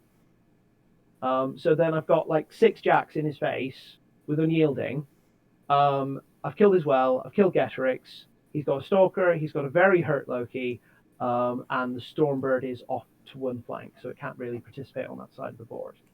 So he's not having a great game so far. And the last thing I do is the Death Archon pops Mortal Fear and runs, and he runs as far as he can into the zone. Doesn't quite make it to the flag. He's like kind of in the back half of the zone. And I'm actually quite far away from my jacks. I'm like nearly like 8 like between 7 and 8 inches from the back of the jacks. I haven't like measured it properly. I've just run as far as I possibly can. So he goes, and Loki's in melee with the Marauder. And we measure it, and I've gotten the Death Archon to be like almost within like 0.1 of an inch. Within like an inch outside the front of the Marauder, like completely without intending to. So wow. So he has literally nowhere to stand Loki that he's not in Mortal Fear. Which is not a good look. He charges Chuck Dogwood in because he thinks, oh, well, if I can banish the Marauder forward out of Mortal Fear, I can somewhere else to stand. Deal with it. So he charges and double ones the attack roll. And like he wasn't super likely to hurt him at like dice off 12. No. But like he didn't even get that option. So he goes and he gets Stormblade, is it? Lightning Blade? With Kruger? Yeah, it's Lightning Blades. Onto Loki, heals him up a bit, and just goes to town on this Marauder. And he's dice off 6? Power 20? With Lightning Blade, he gets to power 20. Yeah. So he's dice off 6 because that's the Death Ward Jack as well. Because he can't get into any other jacks. Yeah. And does just less than half the boxes. Doesn't take any systems out. So he's not doing great. The Stormbird goes and kills a jack. Actually manages to take it down because it's not dealing with Mortal Fear bullshit, and repos away. And this is actually kind of a problem for me because his Stormbird can kill something and then repo away 3, and I now threaten 8 inches because Sorcia is hiding from everything. Right. Yeah. So like that's kind of an issue. So he has like a bad turn of that. So I take my turn. I kill Loki, finish him off. He's run the Stalker around because he's like trying to go for a bit of a cheeky assassination on Karchev, and I have a charge with Karchev onto the Stalker, but then he's got Chromac just behind him, and I think at this point I'm high enough on attrition and scenario because I'm scoring big points. I've caught my lead up, and like we're about even at this point. He's trying to bait you into a feat charge. Yeah, into so he can have a crack at killing Karchev at least. Yeah. So I don't take it. I back off. I go to the other side of the forest. And there's like a pocket of about 3 inches where Karchev can stand, where he's not going to be charged by the bird or by the Stalker, regardless of what happens. So Karchev goes and stands in that pocket. And then my entire jack line, except for a Marauder and a Juggernaut, run and stand in front of the bird. Yeah. Because at this point, like he can go in and kill a jack, or like I even put him in such a position that he can go in, buy a peck into each jack, and disrupt them all. But it just doesn't matter, because I'll kill the entire Storm Raptor just with charges initials. and initials. Yeah. Initials and full full throttle. It'll take him down. And abattoir. Right? Yeah. And I randomly run the mortal the Death Archon, which has corpses again, and I just go, I'll put him here, and I put him like roughly within about 6 inches where he was stood. So his turn, he sends in the Stalker to try and kill the 2 jacks I've left in the zone, because I've accidentally put one within 4 inches of the flag, like completely without intending to. So he has to kill that to score the central flag, score the flag. And once again, I've put the Death Archon in exactly the right position to cover that jack, again without measuring it, which is what he was complaining about quite a lot at the end of the game. And on Facebook afterwards. Bless him. So the bullshit positioning continues. So he pushes his Thunderbird forwards, and he decides actually at this point he's probably lost.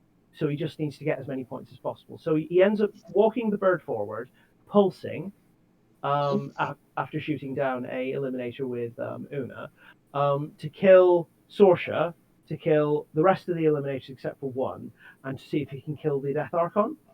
But Mortal Fear also affects the pulse. Yep. So the Death Archon it's at like dice off 5.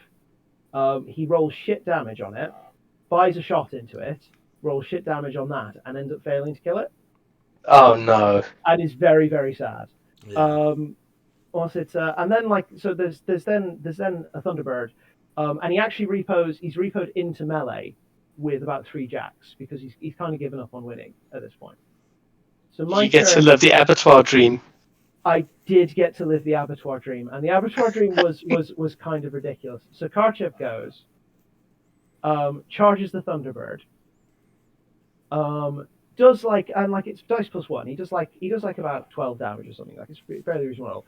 Immediately casts abattoir, so he takes his attack, rolls a 10, does 11 damage. Then the Juggernaut takes its attack, rolls boxcars, does 13 damage. Oh no.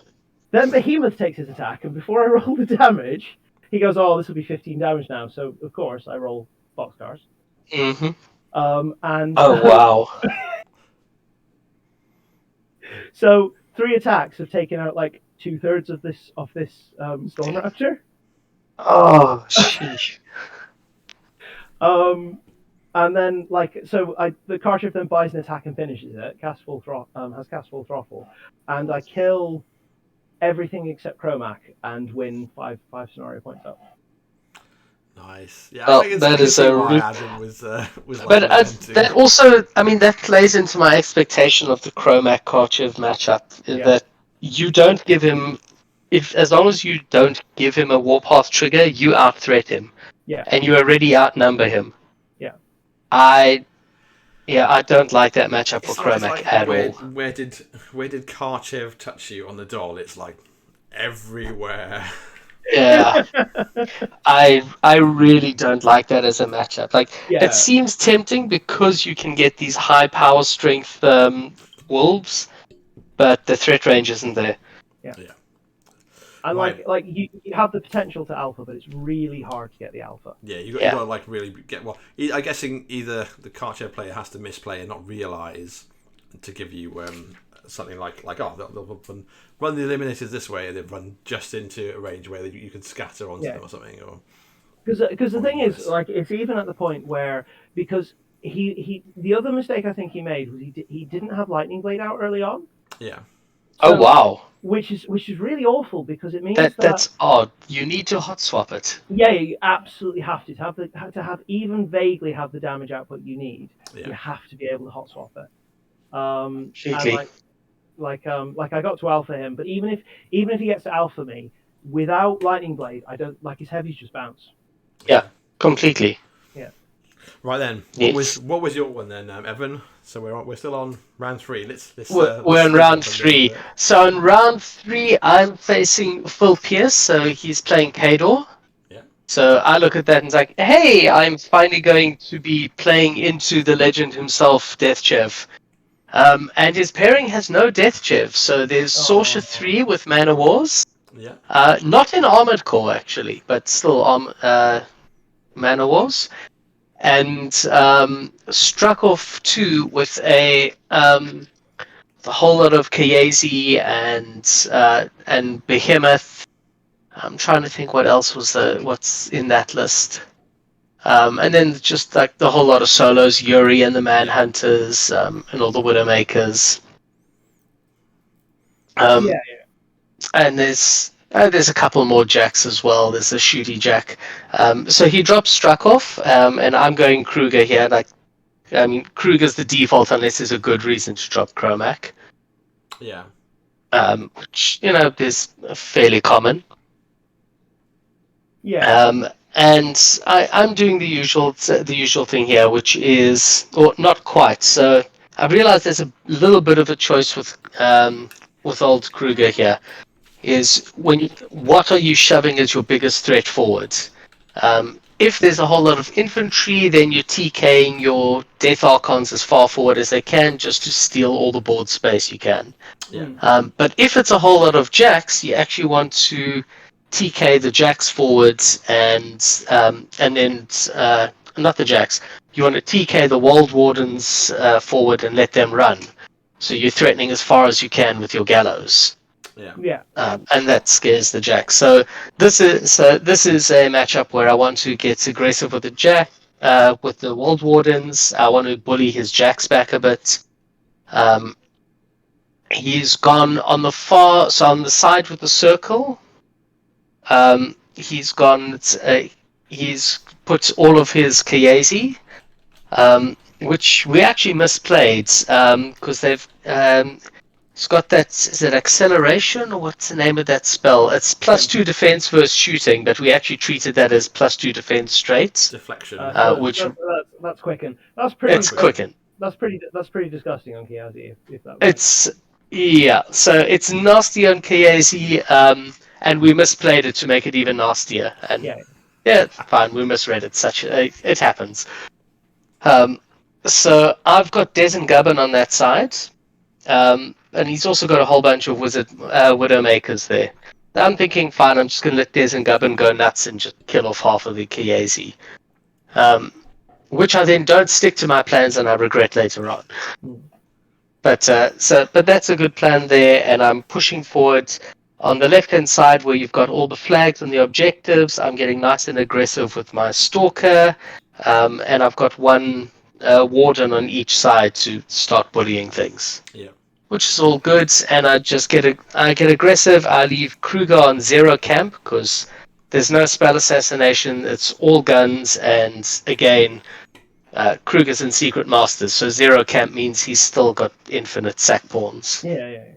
So he loves that nonsense.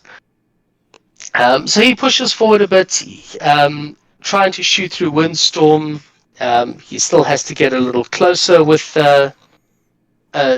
Behemoth, and of course this is the downside. Like Behemoth's range 14, even if you're outside of Windstorm, if you're shooting something 14 away, I have a fairly easy 15-inch threat with the Stalker. Yeah. So he shoots a bit. He gets nice and aggressive on the right-hand side with all the Kaezis. And he starts playing around with a bit of terrain to try irritate me around the flags and the likes. Yeah. And one of the things he does manage to do is I get too aggressive with Lanissa Rissel, so she cops some Widowmaker love to the face and dies horribly. Which is a bit of a pain. This is a theme of the tournament where I really need her to have sack pawn. She is absolutely getting traded out for a black bat after this. Yeah. It's so tempting to kill off that one hunter's mark. So she dies, and I get a bit annoyed with that side, so I want to deal with them. But again, I'm quite aggressive with the Death Archon, so that's great.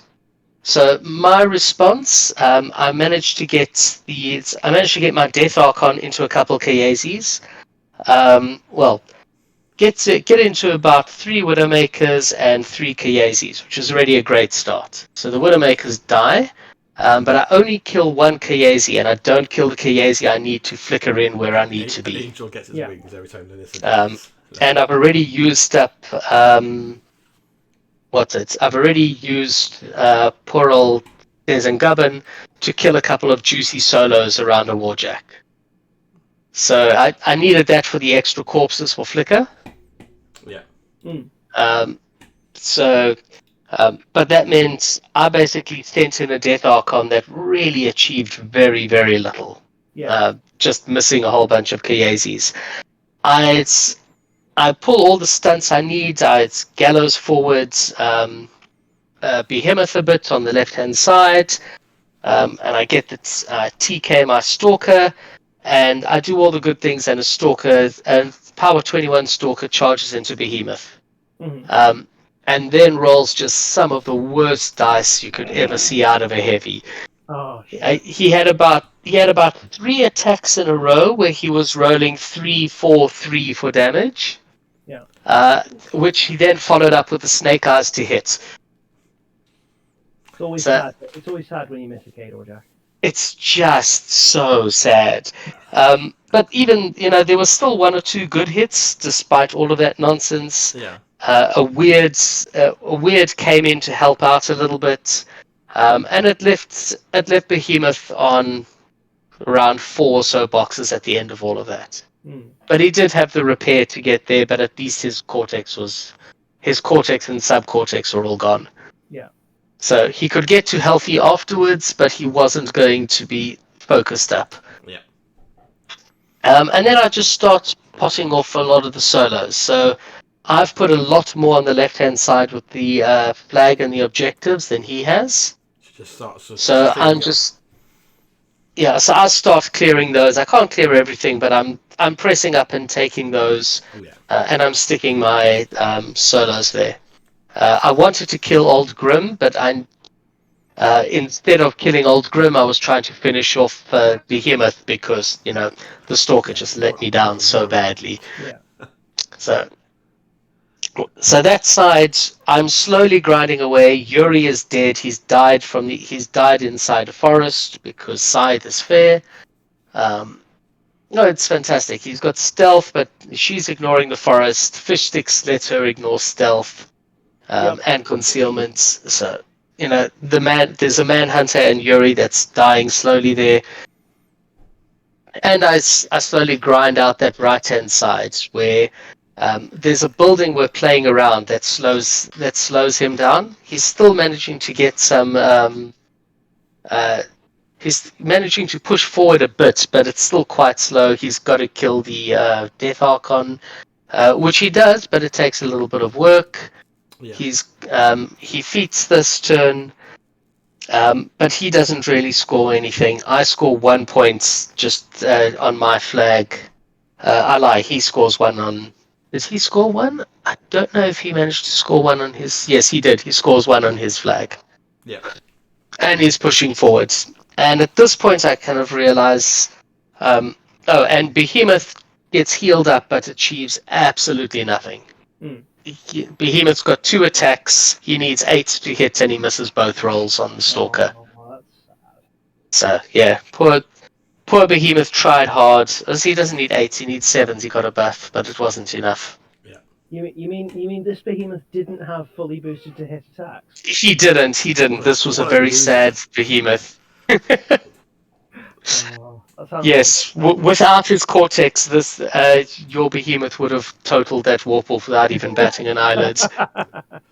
And then you cast full throttle, 1 abattoir, and his 2 base attacks, and he'll rip the arms off that Warpwolf. So you just push for scenario at that point and just clear up the remaining parts that are a threat to you? Yeah. It's at that point I basically just clear it up. I feed him a little bit on the right for him to walk through that he can start chewing, but it's slow going, and the scenario very quickly runs away from him. Cool. Nice one. Very well done. So we managed to Oh yeah, so I was just going to say, like, managed to come back from a Warp Wolf whiffing just horribly, Monumental which whiff, was quite straight nice. back, yeah. So we go into the last round of the Saturday. So this is round 4. We're playing bunkers. I'll jump through mine quickly. I'll do a quick one. So I'm playing against one of the 2 Infernal players. So Rich Page is playing Sloan and Malikov, I think. Cool. So we're playing bunkers. There's a big building just slightly off to the left of the dead center, like a decent sized building. And then obviously I bring my wall as well. So I'm like, yeah, I think I can play Kalissa into it. He's got a load of hunters, but then a couple of grenadiers. So I'm like, right, I can just ignore my grenadiers, basically. The grenadiers essentially just put a wrist of ass next to everyone I care about. Because obviously their flak field is just blast damage, and their gun is like a range 6 or something. So I'm like, cool, we can do this. So I go first. I run up. He sort of comes up but respects like my threat ranges, because obviously I'm threatening a 19-20 with my guns. My next turn, I've got a bunch of Electromancers on the left in a trench, so they sort of walk up and put some pot shots in stuff and then back off. Harpies are basically just going forward so they can get line of sight on stuff, shooting their guns and then speed death in back behind the building completely. Scythe is doing the same from the corner of the building back to a spot where there's a Risavast that she can go back into base to base with, just completely hidden. And my Eternator behind the wall I put down, and they're just like just smashing the shit out of anything they shoot. So I've mostly ruined his 2 grenadiers. Is it grenadiers or Minutemen? Whichever one it is. The jump guys, right, with the flak field. That is great. Yeah. Anyway, mostly ruined them. Done knocked some guns off. I think they knocked a gun off one of the hunters. So we still got like a bunch of hunters with guns. And I've held onto my feet because there's not a lot it matters. He's got oh no, sorry, I have feated, and it's just to deny his grievous wounds bloody troll gunner guy. So I don't have to worry about it. So he comes forward, tries to clear stuff around the flag on the right. On the flag on the left, I've just got like free reign to put a model on it, and he could either come forward with Kane or Ace, and but have to run to get there to contest. So that's not happening. So he's like So he's basically shooting off like an expendable solo every turn. So I'm fine with that. And then I'm scoring. And then so it comes back to me, and I'm like, cool. I think I can probably just ruin most of what he's got left. So at this point, like I take out a bunch more of the hunters. Page's dice as well are just absolute dog shit the entire game. Like really, really, really bad. Every roll pretty much is awful until it comes to his feat turn, where he kills the 2 Eternate. That's it. That's all. But he kills the 2 Eternate from pretty much uninjured. But in response, my next turn, I've got Risavas in his zone. I've got I think I kill Kane. I kill like nearly everything he's got in the zone, so I'm scoring my zone. My flag, contesting his flag. I think I've killed most of the souls on that end anyway, and he's just really down to like a few models left, so he can kill a few bits, and it goes back to me, and I just basically clear out everything and score every scenario element, and win. Wow. So I score two flags, 2 zones, and I've destroyed the objectives already. So I'm like, cool. But definitely like if ever there's a game where you go, I'm gonna go buy a new set of dice, it was that game for Page. So absolutely, absolutely worth trying again when his dice are not complete dog shit. So let's do Evan quickly. What's your hopefully let's try and do a speed up a bit because we're getting off time. So you're playing against you're playing against Matt Hopkins, so you're playing against my captain. Matt Hopkins, who you played 2 rounds earlier. Yeah. So Matt's got already softened him up for you. Yeah, so you softened poor old Matt up and you broke his spirit a little bit, and then he had to play into Circle. Yeah, he's already looking at the Karchev card by then, going, "Why didn't I bring this guy?" So he drops Fiora into me. We won't go too quickly through this game because this was a comedy of errors that everyone should enjoy properly. Let's try to do it quicker though, because we're already okay. Sure. 2 hours. Yeah. We've got 3 more rounds. Fair enough. So I've got second turn, and I'm trying a little stunt that I've had played against me on War Table, where if he runs up more than 9 inches, you have Stone's Port Kruger up, you have Kruger TK up, and you craft Talisman, and you can reach out and touch someone who's run 9 inches out of their zone. So Reckoner's up 10 inches out of their zone. I gallows him forward 5 inches. I'm about to TK him, and I realize, oh, holy crap, I have not deployed in such a way that when I pull this guy close, I can actually kill him. All I'm doing is threat extending his Reckoner. So I then throw another TK to push him back where he came from 2 inches and turn him around. Which is not fantastic play, in case anyone's wondering. This is not brilliant by any stretch. I also don't have enough Fury left to put up Windstorm. So I push up as best I can now to try and make up for this incredibly poor state of affairs. And Matt looks at this, he takes advantage by saying, oh, well, if you're going to make my life easier, he starts potting off all his guns. And between the Redeemer, the Reckoner, 2 of whatever that spell is from Fiora that gives her anger tokens, and 2 shots from the Living Covenant, he manages to down from range a Wold Warden through the Hermit. Oof. So that was a rough start. But at the end of this, he's camping 1, and he's right behind his objective. And I look at this and say, hey, I can Hunter's Mark the objective, I can get a Stalker into the objective, sprint away, and there's Road to War on Fiora. I've got a Weird in range, I've got Scythe in range, and I've got Kruger, and that should be enough to kill a caster. And that was an incredibly short game, top of 2. No. Yeah. Oh, sorry, bottom of 2. Yeah. Because that absolutely kills Fiora. Yeah.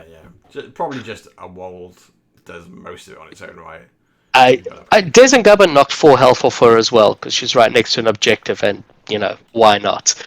As is tradition. Right, so, on to Rob. So you're playing against Aaron. Aaron, who's Aaron Dick. Aaron Dix. So he's got Trollbloods, and he's got I think he has Gunny 1 and Madrak 3. Sorry? Gunny 1 and Madrak 3. That's it, yeah. Yes. Yeah, Gunny 1 and Madrak 3. And Madrak 3's in Storm of the North. Yeah. So normally Madrak 3 in Band of Heroes would mean that I'd probably try and drop Zerkova, but because he's in Storm of the North, that's a bad idea. Because every one of those assholes is immune to cold, so I don't do that. I drop Karchev instead.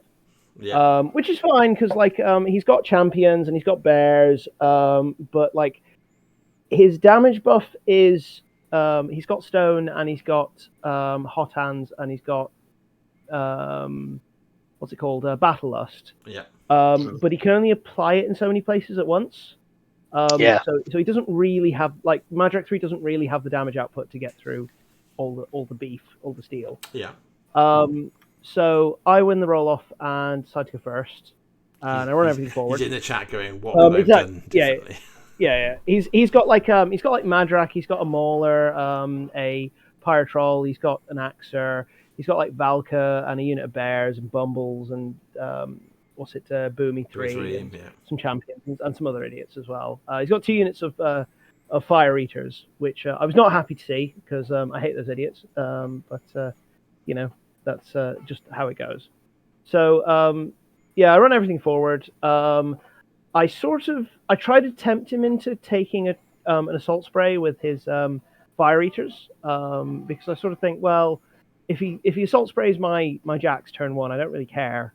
And if I can kill them early, it means that they're not threatening my backlines, which would be nice. But he doesn't take it. He just kind of spreads out a bit. So we my second turn, and I realise all of a sudden that actually, because we're on bunkers, I have a slight problem in that I have sod all solos, and actually I want all my solos to be alive, because like the only one who might be semi expendable is the adjunct, and they're all like fairly central. So I've got no one who can really run to the flags, so I can't really let him score ahead. So I've got to contest pretty heavily. So I put a death warded juggernaut on the left hand side behind like a building where the left hand flag is. Yeah. And I put some Kiazi eliminators on the right hand side. And in my panic, I forget that he's got bears that are going to ambush. Yeah. But I'm like, oh well, like I realized at the end of the turn, I'm like, well maybe their defense will save them. So he goes, and I've kept out of his threat ranges, so he kind of runs forward a bit and he feats. He doesn't come too far forwards, possibly because he doesn't want to get a bunch of idiots stationaried by the Death Archon or something. I don't know, but he doesn't come too far forwards. But he ambushes all of his bears on, and sort of clears out the elimination on the right flank and scores with bumbles. So he's got feet up. He's got his champions in the big line, and they are sort of being defended a little bit by Boomhowler's countercharge. And then on the left-hand side, he's got Valka, the Pyre Troll, the Axer, and some Fire Eaters. So I decide that I need to like be proactive. I decide not to go into his central line, but I do manage to kill. He doesn't tough. I send a jack into Valka. I punt him into a wall with a Marauder. He doesn't tough. Yeah. And then with feet up, the Juggernaut walks around the building and beats the crap out of his Axer, leaving it like alive just. And then I go in on. I sort of have to clear some bears to get in on Bumbles, and I fuck up, and he gets a counter charge with Bumbles. Yeah, which is not nice. Like it does like a shitload of damage to my Juggernaut. Thankfully, I already had like Unyielding and Death Ward up, so it didn't do too much. But it like it still hurts. Yeah. And I managed to knock down Bumbles, kill both bears, and like pass turn. So at this point, like he can get some champions into one jack, which he does, and he kills it. And he charges with he sort of runs everything else up, and then it's just like kind of a bit of a scrum. So we sort of go back and forth a bit. He kills another jack. He damages a whole bunch of other ones.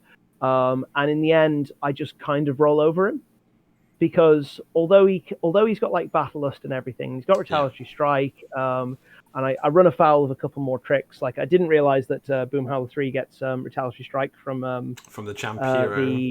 The champion. Oh yeah. God, I didn't know that. He's got Dunions, right? As well. Yeah. So I hit him. He Dunions it, and then he hits you and knocks you on the ass. And I fall over. So I'm a bit sad by that.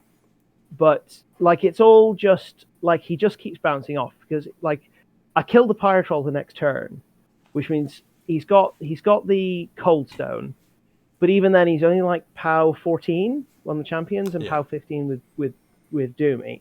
He's only got so many casts of Battle Lust, and I've killed most of the champions. I think after he charges, he gets like one dude in, does a bunch of damage, and then the next turn I charge and I kill everybody except for Scaldy.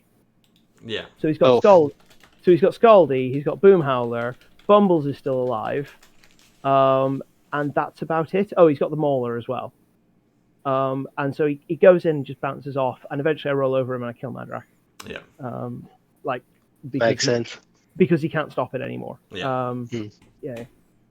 And he doesn't even have any beasts to transfer to, because I've killed everything. Yeah, so it is. So that was my round 4. Very done. So that's the end of the first day. Going into the event, I wasn't sure if we were going to have like a cut at the end of the day, but it was just we're just going to carry on.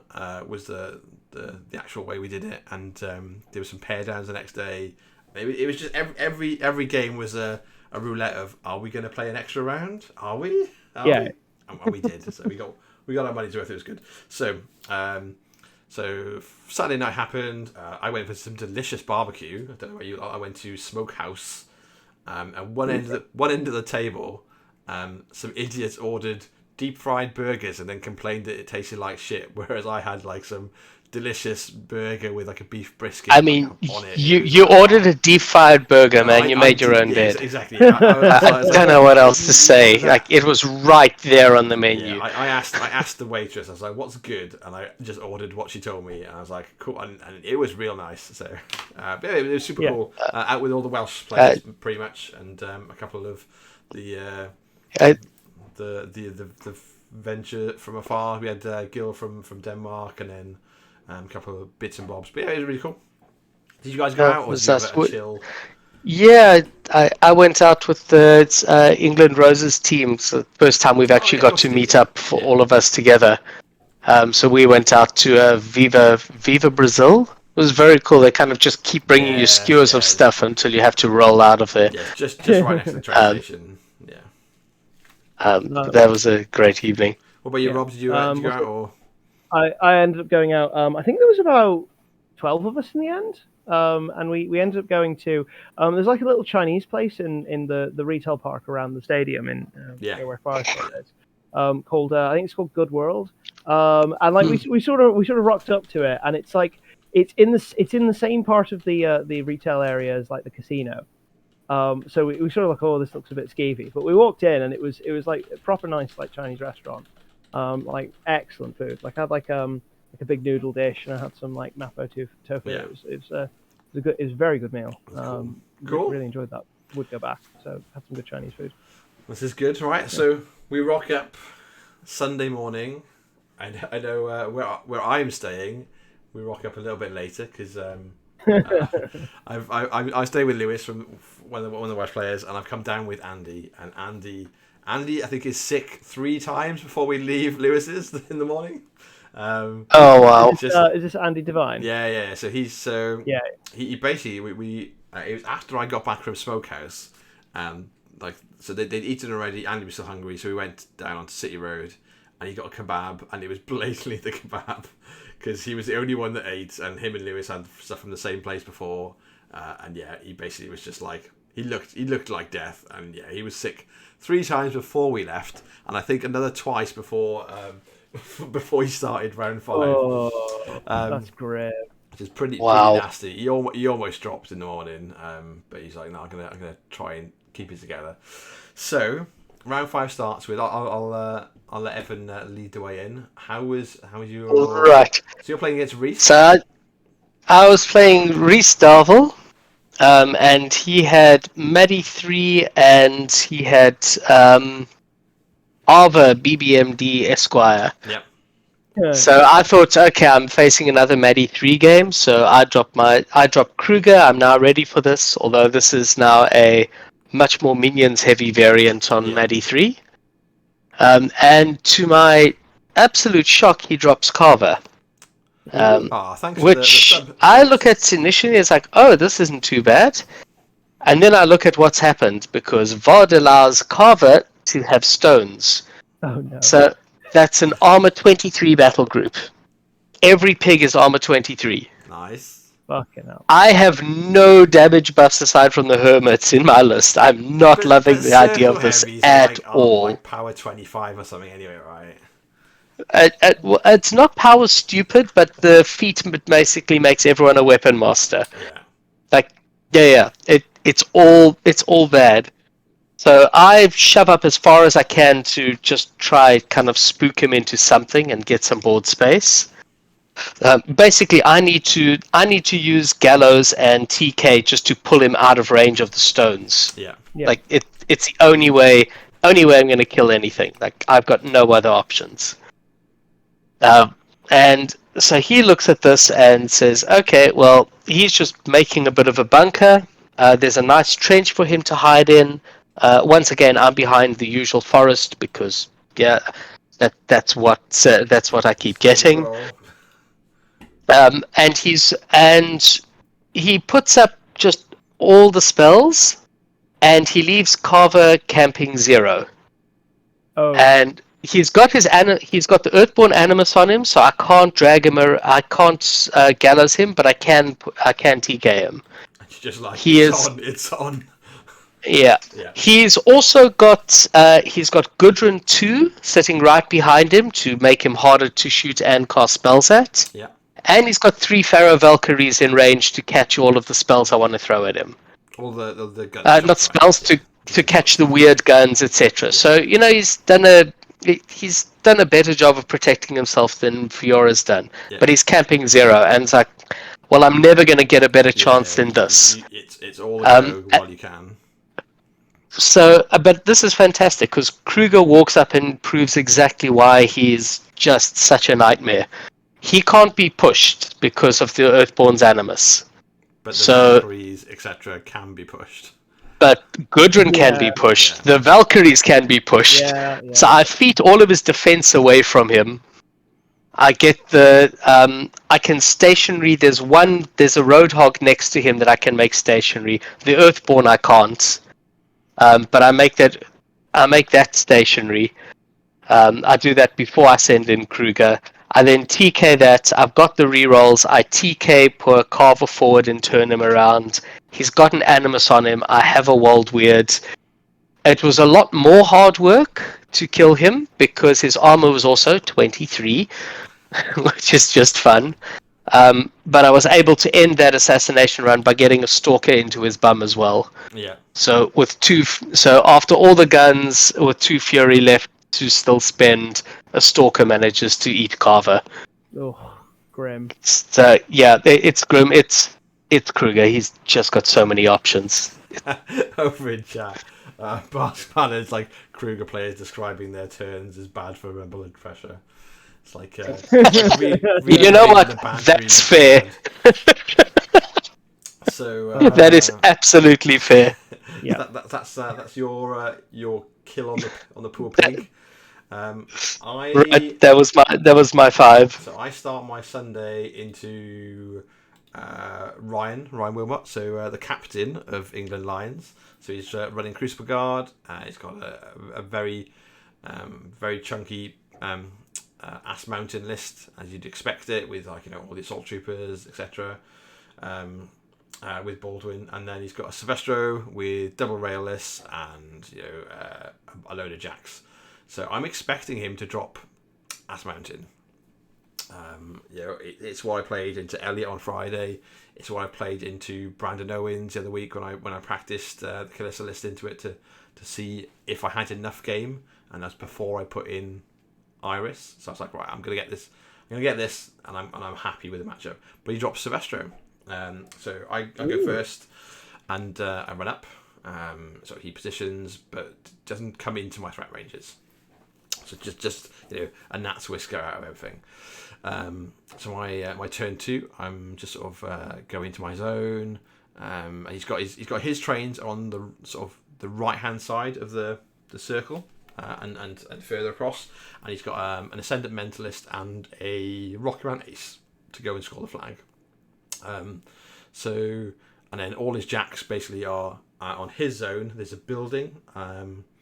Just in his zone, not quite as far as the circle, and he's basically got Silvestro and his jacks all bundled around that area pretty much. So he's got someone, he's popped him on turn 2 ready onto his flag, the Rocket Man Ace. So I shoot the Rocket Man Ace out off with Kalissa. She just walks forward, snipes him off, and then goes back. And he's got the failed experiments of run as well into my zone. So my turn 8 on the right, the one that's furthest right, basically has to, between a combo of Risavash just walking out of the way, then he charges across and starts sort of stomping through the failed experiments. I've got a couple of shots from Electromancers and Ghost Snipers to try and clear it, but I think I'm not sure if I completely clear that turn or maybe leave one guy. But this is coming up now to my turn 3. I think I've completely cleared the zone. There's like a failed experiment just outside the zone, so I'm scoring my zone, scoring my flag, and I've shot the thing off his flag. And on the left hand side, I've got Elara is back behind a cloud, and her harpies just keep on going forward, shooting his stuff out of his zone, and then speed of deathing into his zone. So I'm scoring his zone on turn 3. And I'm going, right, I can give this harpy away, then he's going to have to become something in to deal with it. I think the turn before I just ran Electromancers into the zone. So he comes back, does a bunch of shooting. This is my feet turn, so he can't get the trains to come and do a great deal. There's like basically in range is a bunch of Risavas who are immune to cold and have blur on them. So he basically just fails to kill any Risavas. And then on the left, he smashes up the harpy that's in the zone, and puts his Liberator to contest my flag. And I think he might have put the Liberator into melee with the other harpy and the priest that's on the flag by then. At which point I'm like, cool, right, so I'm up on scenario, I'm feeling pretty good, the trains are way out of the game, they're too far back to really threaten a great deal. And I'm at that point then scoring the middle zone as well. So Alara Ghostly's the Harpy. The Harpy walks behind the Liberator and does a two-handed throw towards my deployment area away from the flag. At which point, Eris shoots it to make it disrupted as well. So it's like knocked down, out of range, out of control range, knocked down, disrupted. I'm like, cool, I don't have to worry about that for a minute. And after I've successfully hit the two-handed throw, I speed of death into the zone, and basically just feed a harpy into his zone to score every turn, basically while I'm shooting stuff, and just offload all the guns I can into the rest of the chacks in his zone. The next turn, he sort of he's feated to do a bit of damage and stuff in between, but like the next turn, he kind of puts Silvestro and Prospero in the zone. He's got a heavy and his light, like the only jacks remaining. And his light spray guys contesting my flag, but at this point I'm like, I need to score, and he's put a Rayless into the central circle zone, who failed to kill both Risavas that he sort of charged in to kill. He's like, right, do I shoot them or do I hit them? And I'm like, I don't mind, but they'll be hitting you back in a second. And he just failed to hit them with any of his guns. And yeah, so I'm like, well, going into the turn, I'm like, right, I need to score 2. So I'm scoring my zone easily, and I just need to score one more thing. And it was I could try and take the rails out, but I wasn't sure I had enough, or I could just shoot Prospero. So literally just turned all my guns onto Prospero, and my Eternia that was in the middle zone just ran into his zone, scored it, and I'm like, sweet. So I score 11-6. I win on Sight. Nice. Which is but very much felt pretty comfortable, like the whole game. I've had a couple of games into Crucible with the Calista list, so yeah, I think went as planned, which is good against obviously a top of the England team, so that was good. So yeah. Mr. McCormick, round 5. So round 5, I get you're just playing Khador for you're just playing Cardiff for now, right? Yeah. Yeah. So I get the inestimable Paul North, who's playing Legion. Yeah. And it feels very 2018 because he's got Animag in Primal Terrors with like Hellmouths and Chosen and like Rot Wings and stuff. So it's like a list I'd see with my older Witch 2 list. Yeah. Back in WT. So his other list is Mechanical Lilith. So I decide that I probably shouldn't drop Zakova. I should be responsible and drop Karchev. Yeah. Because he threatens a little bit too far and he's a little bit too high armor, blah, blah, blah. Yeah. So anyway, he drops Animag, which I think is the right call because I think Mechanical Lilith just bounces off Karchev. Yeah. Like she just can't get the damage output. And so we're playing. I'm not sure if we mentioned it. Spread the net this round. Oh yeah, sorry, yeah, spread the net. And there's a big forest in the center of the zone, which is great for him because he's got stupid Hellmouths. We roll off, and he wins the roll and goes first. Which I actually slightly prefer in this situation because it means his Hellmouths are not back. As far forward. Yeah. I sort of deployed quite standard. He sort of goes, he runs forward. He messes up a little bit because he doesn't get the armor aura onto his left-hand Hellmouth, which is in his rectangular zone. And so Behemoth walks up, on my turn, shoots it twice, and leaves it on like 2-3 boxes. Not a great place to be. Yeah. I also managed to get 2 extra corpses and put up Mortal Fear on the Death Archon, because he's given me tentacles, which is just 3 corpses. Yeah. Like I might as well kill them and take them. So like this entire game, like Mortal Fear is up every single turn because I'd never run short of corpses. Oh, that's rough. It's a hard choice, isn't it? Yes, you either got to use them and be a pain in the ass, or corpses, or not, and then you just ignore it. I know over the last 2 years, whenever I've put down a Hellmouth, if I've seen Death Archons, I've just run the tentacles out of command, just to disappear. No more corpses. In front of my flag, because I got to pick side, I picked the nicer side. I've got there's a house in front of my flag, like quite a big one. Yep. So on my first turn, I've sort of bottom of 1. I've run everything forward a bit. Stayed out of drag range. I will leave you to talk about it for a minute if you could. Carry on. Sure. Stay out of Gallows range as well, so that he can't pull anything in. And I've taken anchor objective for the next turn. So on his turn, he sort of runs all of his idiot birds forward, and contests my flag with 4 of them. And he takes he doesn't even take a shot. I don't think he just sort of runs the Blightbringer. He shuffles things around a bit. He tries to get a bit sort of better board position. So then my turn rolls around, and now I have an anchored death warded Juggernaut. Oh God. Yeah. So and I put it where my rectangular zone and the circular zone meet. So and I put there's a small obstruction behind him, and then to the right of that I've put my Jaws Forest, and in that sort of nook between the two of them, I put the Mortal Feared Death Archon. So there's no way he can't even get on my objective without being in Mortal Fear. Which is kind of rough, especially because the objective gets unyielding as well. Armor 22 objective. That's nice. So then I sort of conga some jacks behind the anchored jacks so they can't be pulled in. And I take Behemoth forward. He shoots the hurt Hellmouth again, kills it, even through the armor 20 now. And hilariously, he's put all of his Oghren around this Hellmouth, but I fail to break armor on any of them.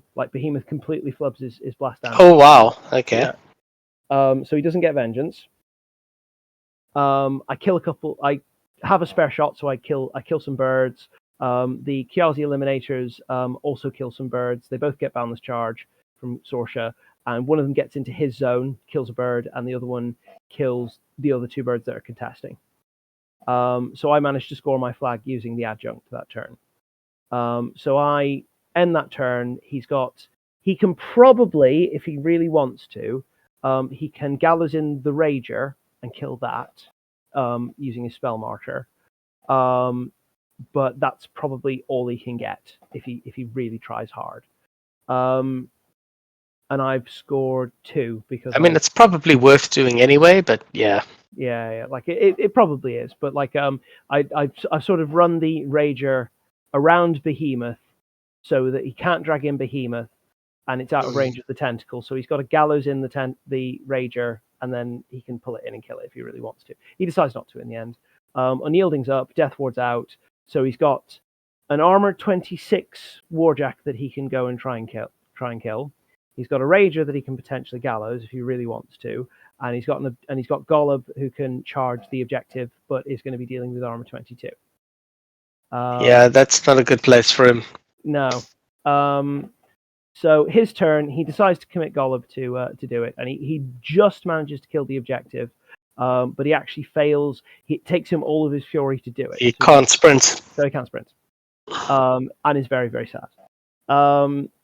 And on the other side, he kills my Kiazi Eliminator that I put in the zone, but doing that pulls his his Ogren unit off to the left-hand side of the zone, because he tries with his birds and they just fail.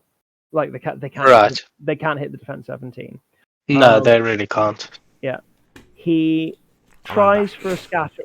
He tries for a scatter onto my adjunct to get him off the flag. Completely whiffs it. That doesn't get the scatter he wants. And sort of passes turn, having scored. He scores one on his flag. He doesn't score his zone because he's not got anything in it that can score it, because Animag's off on the right flank and the Blightbringer's in the central zone. And that's it. And now the Blightbringer's in the zone, within charge range of about 2 jacks. And all of his chosen are in like about 2 of his chosen are in charge range as well.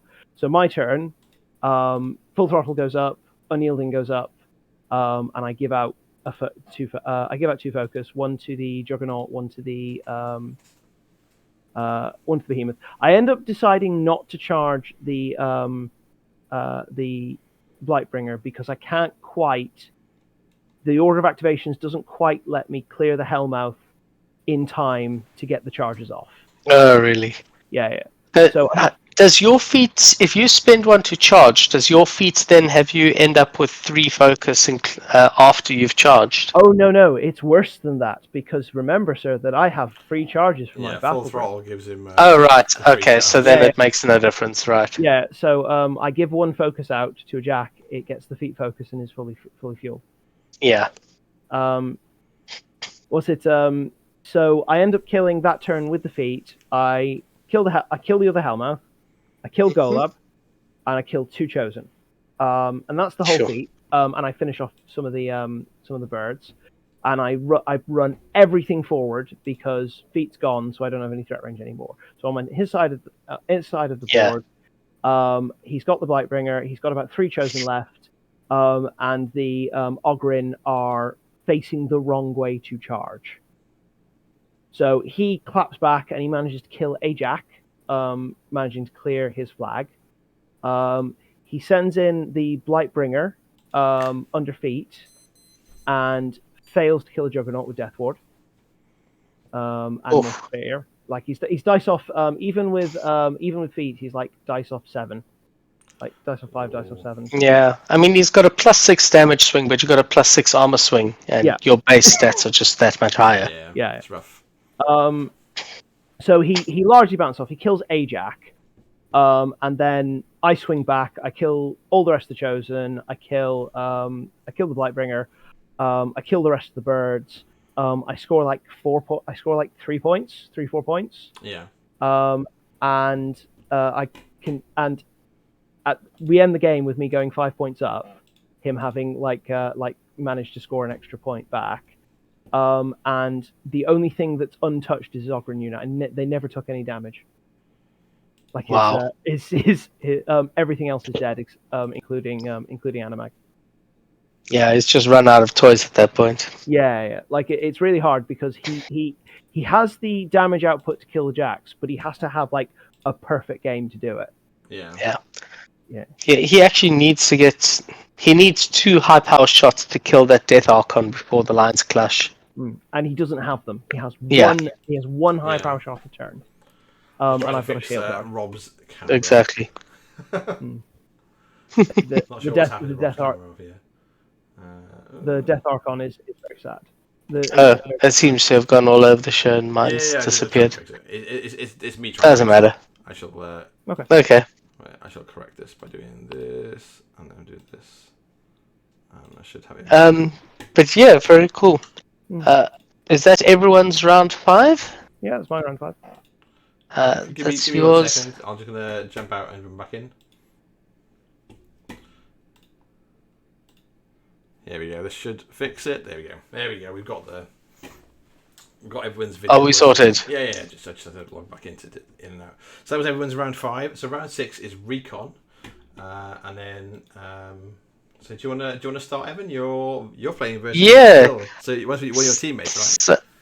So yes, I'm playing into my teammate Zil, who is diving into my old pool of Infernals, and he's done something really interesting because he's gone all in on Howlers. well, not quite all in, but he's a definite convert to howlers. And I must say, I like what he's doing, how they're working out. Yeah. So he's got the harvester, so that's the colossal, gargantuan, whatever you want to call it. Is this in the Zataroth list? This is in the Zataroth list. So he specifically has his Zataroth is basically, this is because Circle pisses him off and he's quite happy with Fiora and the rest of the world. But so Circle upsets him and Zataroth is his answer for Circle. So he's got the unit of Howlers, which is basically just a really, something tough to remove that he can take a punch with, and you don't lose your expensive heavies every turn. He's got the harvester, which is the great gun. Expensive heavies, did you say, Evan? In a faction that makes a free heavy every turn. I'm not sure I could let you get away with it. Once after you've spent about 30 points on marked souls and support, yes, each heavy is expensive.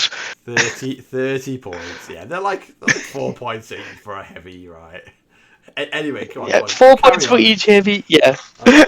I'm standing by it. I'm standing by it. Carry on with your delusion. We'll listen to how the game goes.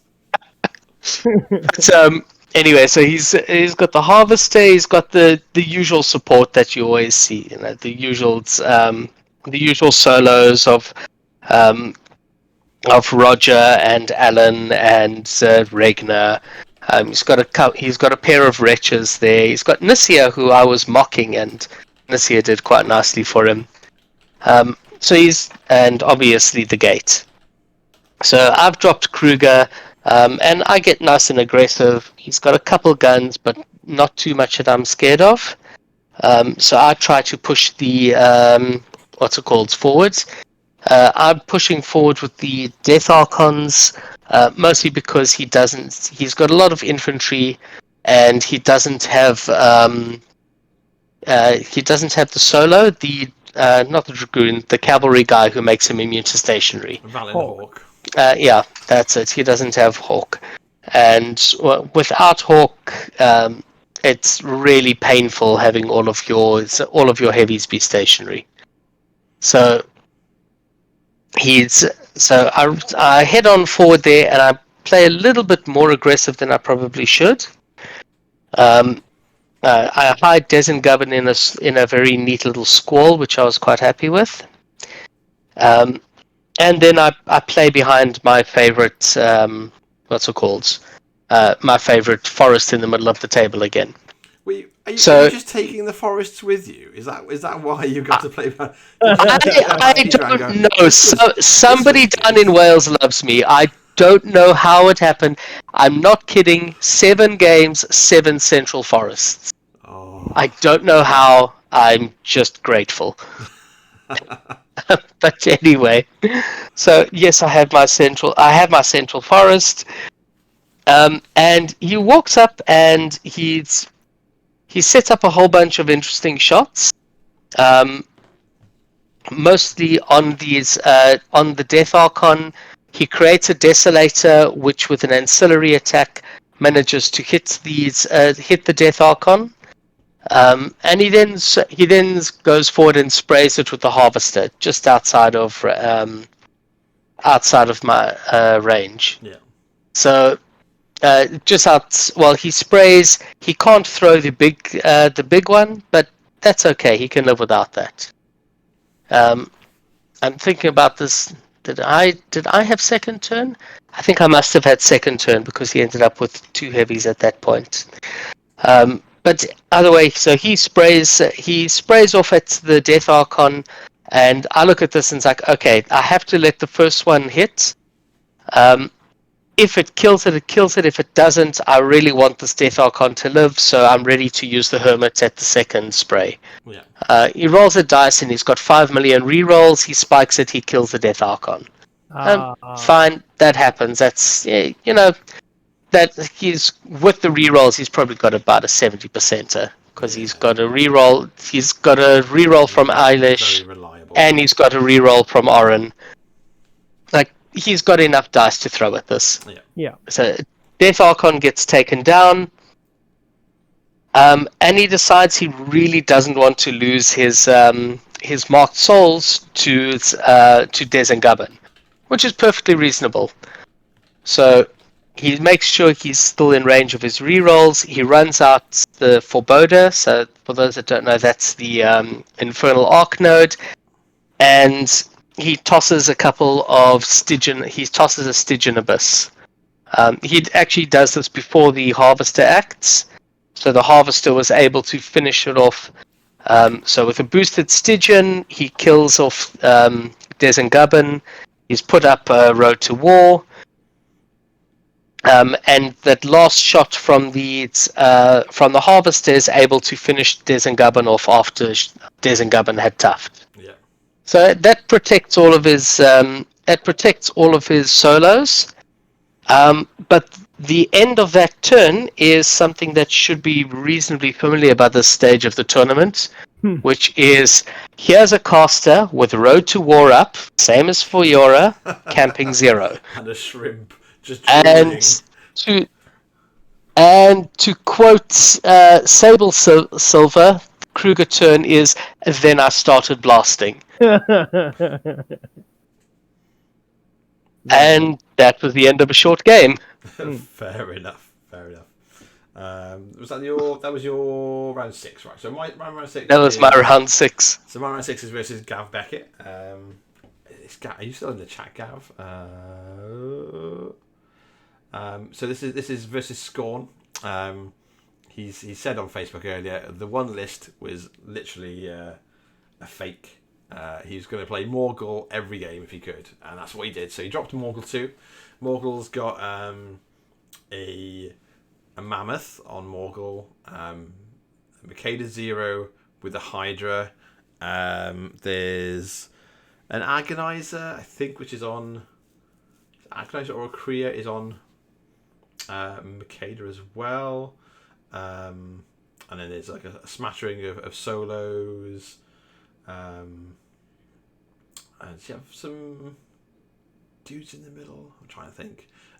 But essentially, the plan is, and this is the plan that he goes for every game, is Morgul just rockets up the board into a position where he can just threaten to just kill casters.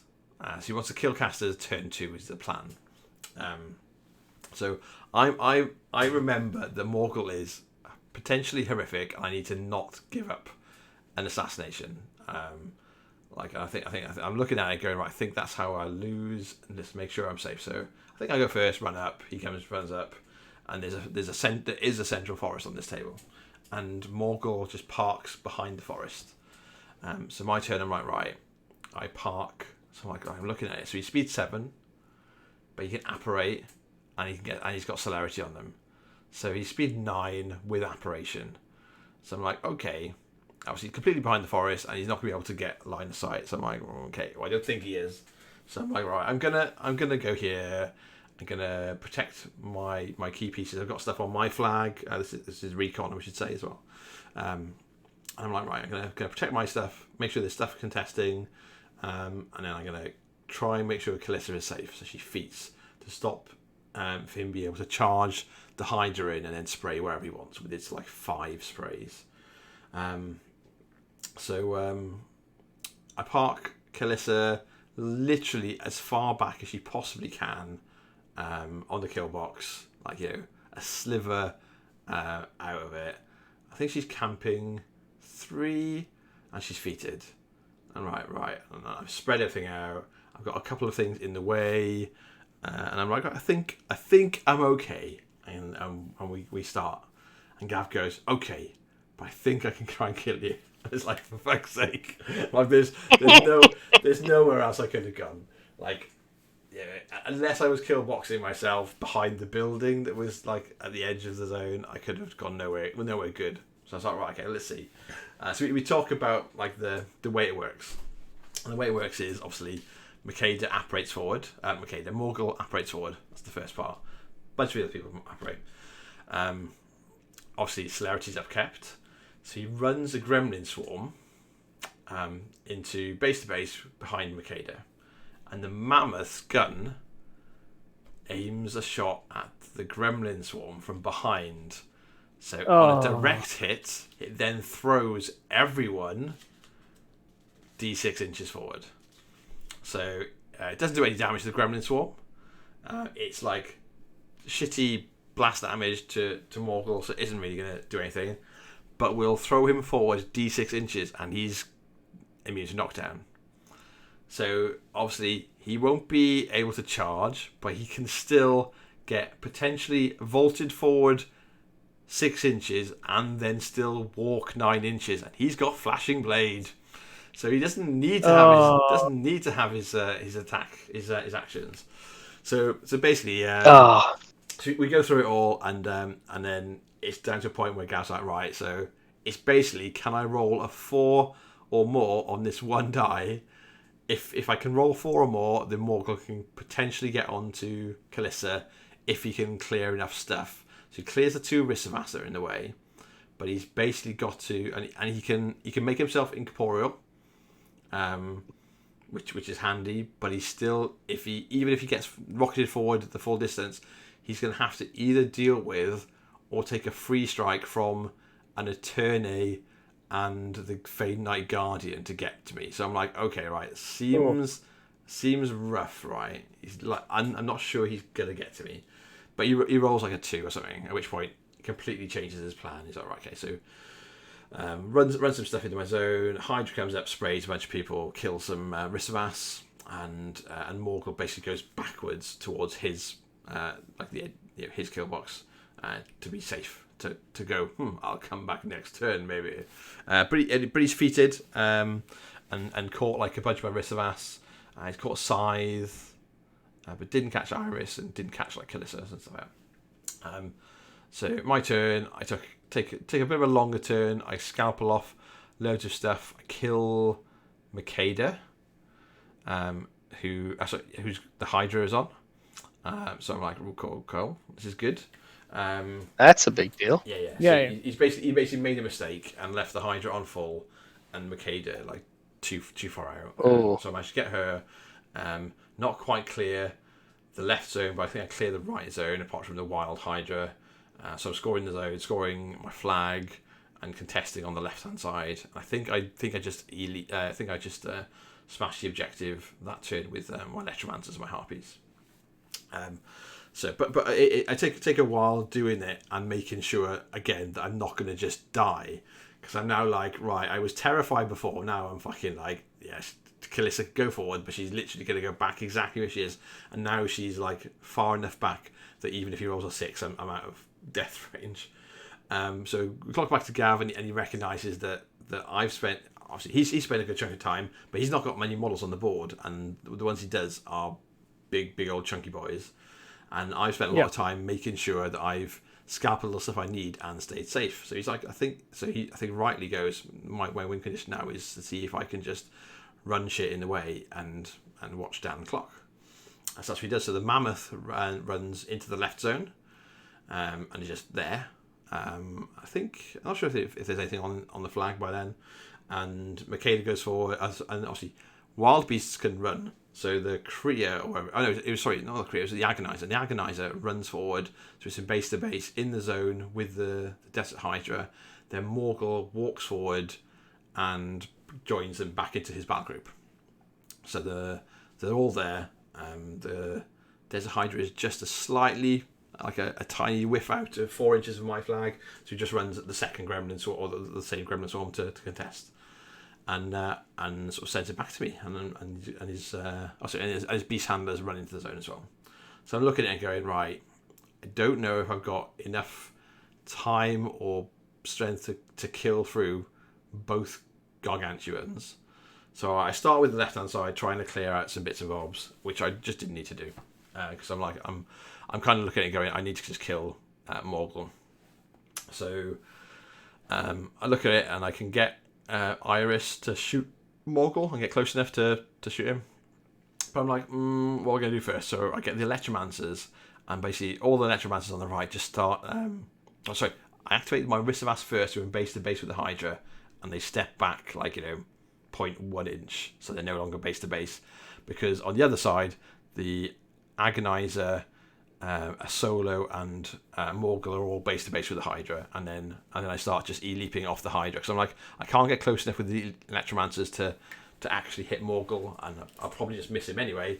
Whereas I can just go for a bunch of E-leap shots, which is what I do. So I basically zap back and forth between his back line, do some damage, and then Kalissa starts, Phantom Hunter herself, and just starts shooting Morgul, taking his fury and going, cool, I'll boost. And I think she just finishes him on her own. But either way, yeah, it's a slog out where I take all the fury off him, and basically just finish him off. And that's how we end. So we end like 5-4 CP wise because we're both like scoring back and forth. But 61 VPs for me, and he's not scored anything because there's nothing is going to be completely killed. But yeah, it was terrifying. It was a terrifying jank assassination list that you just played every game and just brutalized people with and made them very sad. But yeah, definitely. That's great. So that was my round 6. Rob, and Rob, you're in round 6 for the Spewmaster himself, right? So you're playing Andy. So this is on stream as well. Like I said at the start, if you missed it at the start, the Firestorm stream has got a bunch of games. It's FSG_stream on Twitch to watch. I'm gonna ask if I can rebroadcast it and do commentary if I can. Well, both if I can, if I get permission, and if I can find the time. But so, how did the Karchev off go? Spoilers, because that's what we get. So a bit of background first. So the previous round against Paul North was a pair down. So I was one of I think it was 7 undefeated players. 7 going into that round, yeah. Yeah. And no, it must have been 5 because there was 3 in the next round. Whatever. Yeah. So I was the pair down. I won.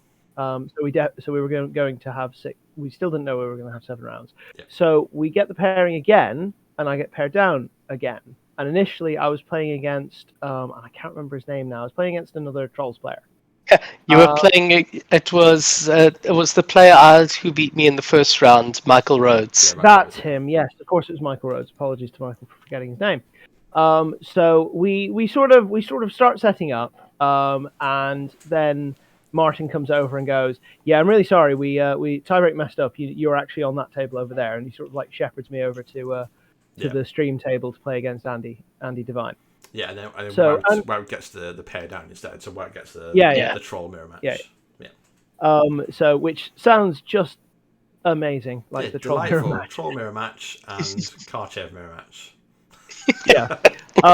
So I'm reasonably happy because this is the price for doing well at events. I actually kind of wanted to do the Krikschev versus Khador Chev match on stream. I was kind of hoping it would be the finals, but this is pretty good as well. And hey, if Woot loses his matchup, this will be the finals. But whatever. So anyway, so Andy's got Karchev 2 in Black Industries, and he's got Scar 1 in, I want to say, Black Industries as well. It might be Scourge. It's Scourge. And no, it's usually Scourge, so you can push the damage up at the Stalkers. Yeah. And so I'm looking at Scar, and I come very close to dropping Zerkova, because Zerkova, because he's got Krix Jacks and not Khador Jacks, and it's Carapace that's defending them, not which is ignored by spells. I can actually kill Krix Jacks quite easily with the Zerkova. Yeah. The thing that and Mechanothralls just die in droves to all the sprays. The thing that swings me in the end is the fact that the Desolators have AoEs, and he's got 5 AoEs. It means that he's going to get a good scatter somewhere, and I'm going to lose something, and I'm going to be sad. So I decided in the end I'm looking at his list, and Scar doesn't scare me off Karchev at all, really, because even with Feet and Gang and I can't remember, he probably has Dark Shroud in that list. I can't remember exactly. Even with all of that, he's still at, he's still at dice off 1. I think. You think it's to power 21? With the feat, Stalkers are at power 18. With Gang, they can get to power 20. If you get to Dark Shroud, it's 22. So that's straight dice, which is not a good place for Stalkers to be into Khador Jax. No. Because he has to spend one to bounce in, which means he's getting 4 attacks, none of them boosted. No, it's not fantastic. It's not a great place. And I kill the Stalkers back trivially. Yeah, so I'm not worried about it. Yeah, like I'm not worried about Scar at all. And he kind of has to respect Sokovia a little bit, because if I drop Sokovia into Scar, I think I just win, pretty much automatically, because I out-threat him. Scar is super dead, the Stalkers are super dead, etc. Yeah. So I end up dropping Karchev, and we have the Karchev mirror. Terrain isn't super impactful. There's like a big building in the left zone of recon. There's a cloud in the middle of the board. There's a few other bits and pieces. There's a forest on my side, around where my flag is on the right hand side of the zone.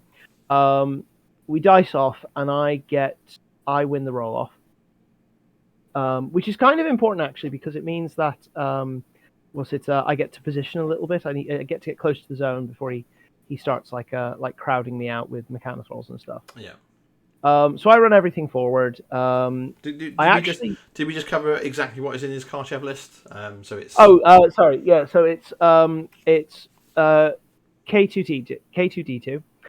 It's 5 Desolators. It's 3 units of Mechanothralls with Brute Thralls. Yeah, three mini units of Mechanothralls with 3 Brute Thralls apiece. Yeah. He's got 2 Necrosurgeons and Stitch Roll units. He's got 2 Sirens. He's got a Soul Trapper. He's got Ragman. He's got 3 Necrotechs, and he's got Dara. Yeah. Right. So you outnumber him on Jax as well. Yeah, I outnumber him by he's got 5 quality Jacks and I've got 6 quality Jacks, and we both got the chat are saying it should be K2D bag. They're not wrong. So I completely forget to get to put any spells out. So I get Boundless Charge onto Karchev and Behemoth. I charge forward, and I just don't get that. Yeah, I just completely forget to put Death Ward out, which ends up being kind of irrelevant. So everything just kind of runs up. He runs forward with everything, and he spreads out his Mechanothralls. He gets Death Ward onto the left-hand unit of Mechanothralls, and he spreads out. And he makes a very big mistake here, like it's huge in the matchup, which is that he puts Ragman within a 4-inch AoE of a Brute Thrall that I have range on with Behemoth. Yeah. Which is a very big mistake. So, why?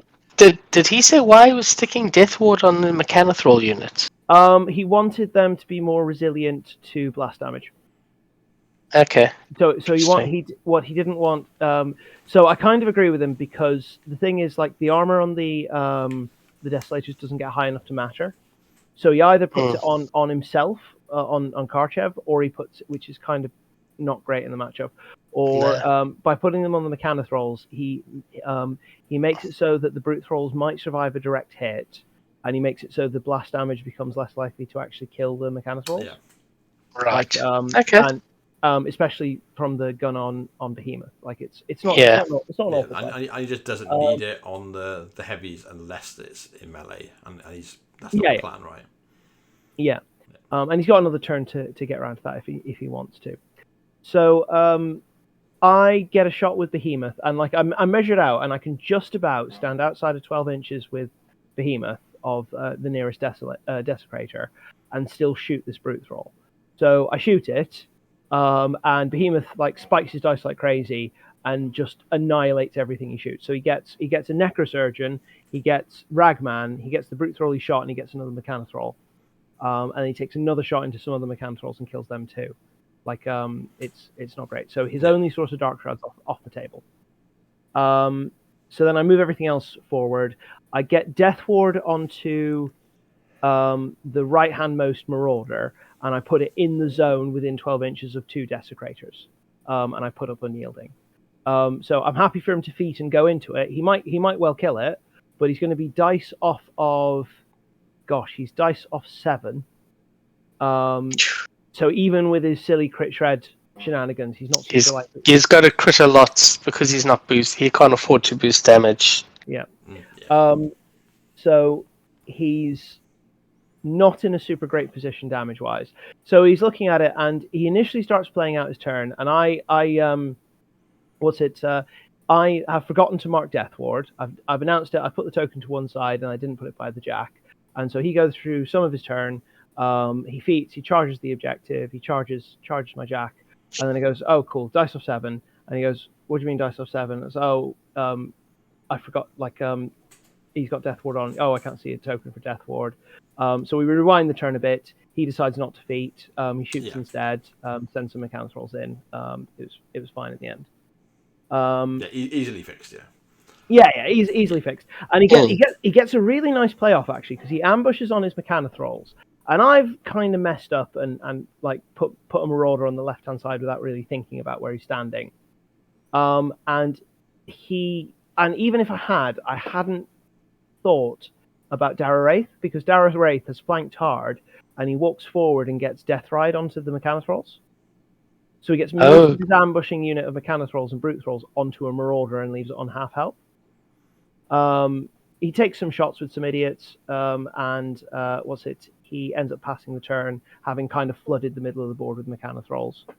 So I go, I feat. I managed to clear enough, but with a couple of shots from Behemoth, like some Kiazi charging, Karchev shooting, that I can kind of methodically work my way left to right, with like a Juggernaut charging a Desecrator, killing a Brute Thrall with his fist attack, and then doing a bunch of damage into the Desecrator, and then that clears the road for the next one, and I sort of work my way across the board like that. Yeah. And I end up committing everything forward except for Karchev. The Marauder on the left-hand side that was charged by Brute Thralls kills all the Brute Thralls he was charged by. I've killed all but 2 of the Brute Thralls on the table. I've killed one of the Desecrators. A second Desecrator is stationary without a Cortex. And the other 3, and another Desecrator is tanked a Power 20 slam into and got slammed away. So he's got 3 Desecrators. I've removed most of his high damage idiots. And so he claps back. He manages, he has to commit 2 Desecrators to kill a Juggernaut, which he just about manages to do. Like it's dicey for a second. And he commits Karchev to go and try and clear the Juggernaut that's contesting his flag. Fails. And then he's stood there camping nothing with Behemoth within 10 inches of him. Yeah. Oh. So Behemoth, and he does a bunch of other control stuff, like he shadowbinds a Juggernaut, and he does a couple of other bits and pieces. Tries to flood the zone in front, flood the area in front of Karchev with Mechanothrall. But I just clear stuff, and I managed to get a straight charge onto Karchev with Behemoth with big fists. Oh. Yeah, and Behemoth just beats him to death. Very. So cast kill. Very nice. So very cool. In the Karchev v Karchev match, Behemoth wins. Yeah. I mean, very fair. Sure. And meanwhile, on table wherever it is 2 with Wout and Michael, the pair down, Wout wins. Trolls win, but Wout wins it. So which means there is a 7th round. And, so just talk about that game, because I was watching it. It was a really close game as well. It was a good game. Yeah, it was not obvious until the very end that Wout was actually going to win. Did I stream that as well? I think I streamed it. Yeah, I think you did. You may have, yeah. I streamed it's worth watching. If nothing else, specifically just to watch Wout pilot Cole Grimmer is really. Oh, he's such a good Cole Grimmer player. Unreal. Yeah. Obviously, by then it was getting pretty loud. But so if the audio on my stream as well isn't quite up to scratch, that's unfortunately. Send me money and I'll buy some mics or something. But I've got minimal stream setup to go to stuff like this, so I can put up and in between my rounds, because I'm while games are happening, the the judges start your clocks. I'm trying to move my models onto the new table, set up scenario, talk to my opponent, then check with the people on another table, make sure they're both happy to go on stream, then change the stream info, then change the notification stuff to put it on Facebook, then make it right. Yeah, it's meanwhile, while I'm also juggling power packs and making sure everything is charging, so they don't run out of battery halfway through the stream. So it is what it is. Hopefully they're good enough to watch back. But anyway, so we go into the final round. I'll go first. So I'm playing into Golly. So the third England Lion player that I played this weekend is Golly. who's playing Duncan with my own Dreadrots. So I've lent him 30 Dreadrots, Isaiah, and and I drop. Obviously, so we're playing Split Decision again. This one. So he drops Old Witch with all the Dreadrots. So it's Old Witch, all the Dreadrots in the world, 2 clocks, a Rattler, 2 Archons, obviously, and then Mally Men, the things you would expect. And I drop Kalissa. I think he goes... Do I go first? I think I go first and I run up. There's a building in the circle zone. And then there's a big forest in the middle again, actually. But basically, the game goes in a nutshell quite quickly. Is I run forward, he comes forward, we windstorm up. I've got to spread my stuff out on the right flank, so I just have my I banishing ward my objective. So he can't shoot my objective with his Archons to bounce forward to then shoot my stuff that I actually don't want to die. Yeah. And then that side of the table is basically Electromancers staring down to the Dreadrots going, if these guys come forward, we can shoot them and start leaping to death. If they don't, and basically there was a couple of turns of them all just standing there outside of range of each other between Windstorm and running, so I was like, that's great. But while this is happening on the left, Golly's basically just shoving Isaiah, the clocks and the other Dreadrots further and further through the zone to the point where he's scoring the flag, clearing my stuff out of the zone, scoring the zone, and basically just starts the grind where I just can't get through enough Dreadrots and can't clear enough stuff to stop him from doing the same the next turn.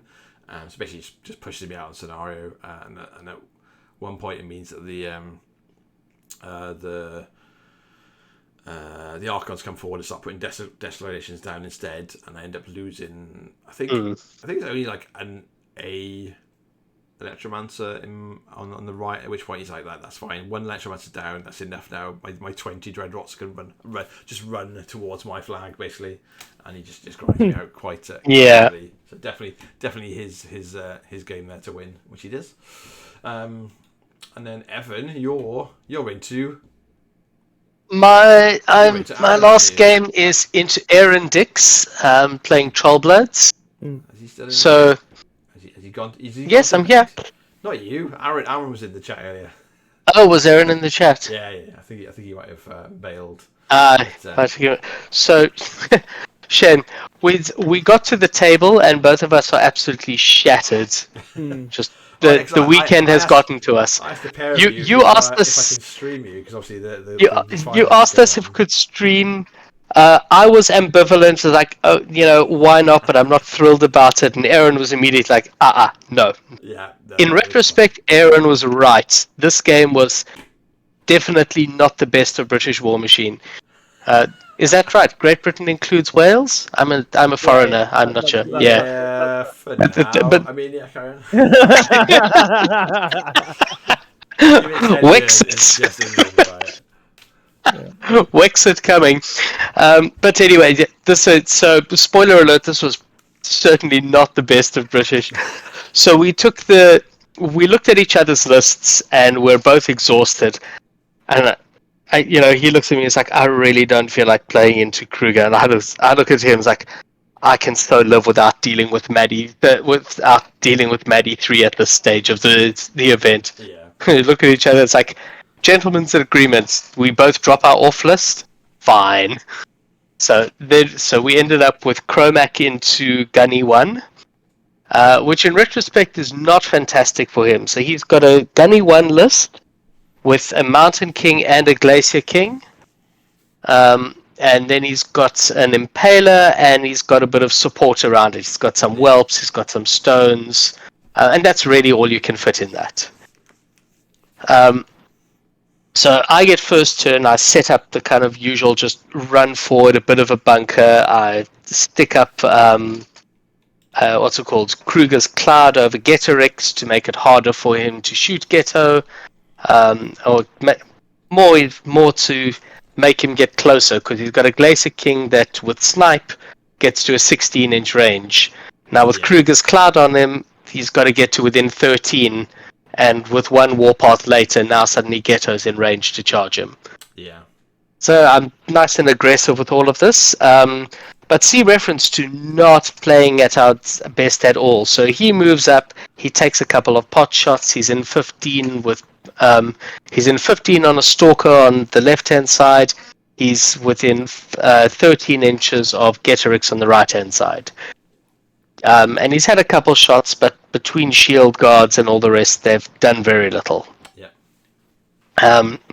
And at this point, I realized that I actually have to cut my 5 health Kruger 0 for two of his 5 health, because clearly I can't count to 5 at this stage of the tournament. Oh no, it's been magnificent. I then managed to get a Wold Weird up. I kill one of the Stone Boys, triggers Warpath. I get my I've created in turn 1 a Blackclad Wayfarer. Hunter's Marks the big guy, the Mountain King, and a Stalker goes in and kills a Mountain King, because that's what a Power 23 Stalker does. Yeah. It's fantastic. I used the 2 Precious Fury that I cut Kruger to hot swap Lightning Blades onto Getorix. Yeah. And Getorix charges up into Glacier King, and leaves a Glacier King on about 6 boxes, which makes me feel really silly, because I realized there was another 2 shots that the Wold Weird could have taken and didn't. See, yet again, the best of British War Machine here. As chat has pointed out, Barks Mannon is maths. Maths is for people who don't have heavies, who are just Power 24 casually.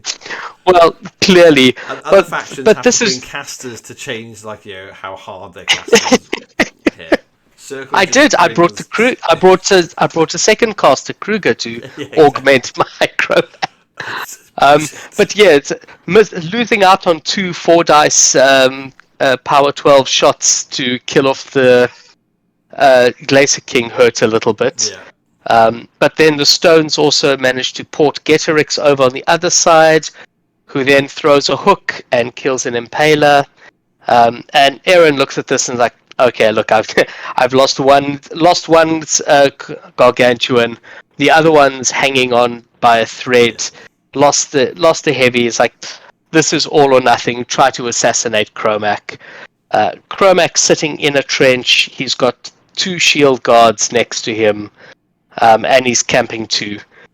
So that assassination fails very, very dismally. Down quick, yeah. And I very quickly score up to 6 and pass over. It's not the finest game, and in retrospect, we were both absolutely exhausted. So the person who had the most straightforward game plan won, and that's what happened. That's right. Right. So, with that saying, we're on to the actual final, the definite final this time. There's no way it goes on another round. So you're up against Wout. So this was one of my favourites to win. Wout is playing Colgrimmer Madrak 3. Yeah. And so we sort of spoke about the pairing process after the game, me and Wout. Yeah. And he felt that he couldn't drop Madrak 3 because Zerkova 2 is in the pairing. Which is exactly the opposite to me, because I feel like I absolutely 100% cannot drop Zerkova 2 into Colgrimmer. Because Colgrimmer's in the because everything is Like I might be able to play through another caster in Storm of the North, or I might be able to play through Colgrimmer in a different theme force. Yeah. But Colgrimmer in Storm of the North is just the perfect storm, so to speak. Between clouds, cold immunity, and whether it is the Owl's wisdom. Owl's wisdom. Yeah. Hooting from the hip. Was it? No, it's. Jesus. Was it? I like 100% cannot drop Zerkova. Yeah. It's almost as bad as playing into Bestial with Chromac 1. Yeah. Like it's like really, really bad. So I'm dropping Karchev and he ends up dropping Kolgrima. And he kind of he's excited about this from the beginning of the match. Because clearly he can definitely get through all of my jacks with Kolgrima. That won't be a problem, right? So he is playing pretty much from the start of the game. He's playing very heavily for scenario. Yeah. So I win the dice roll. Go through the list. Yes. Yeah. Okay. That's worthwhile. A Runebearer, a Pyrotroll, an Earthborn, Earthborn Ditroll, Valka, Boomy 3, a Death Archon, Mandrax 0 with a Brawler, Creel Stone with Elder, and then 2 units of Bears and 2 units of Fire Eaters. Yeah. And just to make clear, he's got 2 Earthborn Dire Trolls, which becomes relevant later, because they are assholes to deal with. Yeah. So his big problem is, as I alluded to earlier, he just doesn't have the damage output to kill my list. He's got 3 heavies. He doesn't have rage. He has hot hands instead. So he's kind of capping out at POW 19. Like that's a problem when you armor 24, 26 with 1. Yeah, exactly. So. Right from the start, he knows he can't kill my list. He just has to try and win on scenario. Unfortunately, we're playing Split Decision, which is not the livest scenario in the world. He's not bad, but it's not great either. Yeah. So I go first. I run forward, and he then runs forward himself. And he sort of positions so that I can't get anything onto him. I end up shooting a bear with Behemoth, but he flubs the damage rolls. I don't even trigger a tough roll. So then he goes, and I've put 3 jacks into the left hand zone. One of which is within range of the flag. I've got an anchored Juggernaut stood next to my flag. And the rest of the list is kind of in the center of the board. He ambushes on his bears, charges my objective, kills it. And he doesn't realize before he charges that the objective gets unyielding. And when he charges the bears, I put up Mortal Fear, and the objective is within, one of the bears is within Mortal Fear range. Yeah. So he actually doesn't get the objective dead with the bears. He flubs some dice rolls, and he leaves it on 2 boxes. Yeah. So he has to charge in some Fire Eaters and assault in to finish it off. So he has to commit probably more than he'd like. Yeah. What's it? I have he then feats with Kolgrima, and he spends quite a bit of time this turn making sure the feat is exactly right. He has to push everything in such a way that he can then beat back everything out of the zone using the brawler. Yeah. So he has to get very particular angles. So he spends a good 5 minutes positioning Kolgrima alone. So he's very down on clock. Yeah. And there's some misunderstandings. He sort of misplaces Madrak in position to where he needs Madrak to be to get the brawler into control. But I sort of tell him to just push it forward because I don't want to win because he's fucked up and put brawler out of control. Yeah. So he manages to beat back all the jacks out of the zone. He puts Madrak on the flag, and scores. He's killed the objective. He scores his flag, and he scores 4 points up on my 0. Which is not a nice position to be in. Wow. Yeah. So he goes 4 up, and I'm kind of having to sweat. So I don't really have a choice at this point. I kind of have to feat. I have to flood the zone. I have to put as much stuff forward as I can. Thankfully, I've been very studious about keeping my eliminators alive and within a 14-inch run of contesting the flag, because I don't really have much other way of doing it, because I've got to get through bears and counter charges and stuff. Yeah. So my eliminator sort of starts off by running up and contesting his flag. And I've realised that he has filled up his brawler, and Madrak is within about 7 inches of a Juggernaut. Oh. So I feat, and even though he's got a cloud in between Madrak and the Juggernaut, I just walk through it. So I walk through it, and I axe Madrak to death, leaving the brawler wild. I don't even kill it. I then I kill the rest of the bears. Hilariously, when he feated, so he'd ambushed the bears in, charged, and they were actually out of line of sight of my jacks because they were all facing forward. But then he feated and he pushed my jacks back, and now I have line of sight on the bears. Right, that's cute. Which is very sad. So I charge in on the bears. I kill both bears, leave the leader alive. Yeah. And I also kill 2 of the fire eaters, so he's got 1 more left. So there's 2 jacks on the right flank. I've committed 3 jacks into the zone, including a marauder, which I've run up to engage his fire eater, so he doesn't try and get fruity and charge and spray down my my eliminators or Sorsha. And he's got like this horrific puzzle of steel to like sort of unpick and see if he can score enough. I've got a Juggernaut with Death Ward in his face on near the flag, and yeah, it's just like it's not great. And I've scored 2 back, so I'm now only only 2. Yeah, so I'm only 2 down. So he goes and he tries very, very hard to clear the zone. He throws a marauder out of the zone, out of control, which is difficult with Karchev.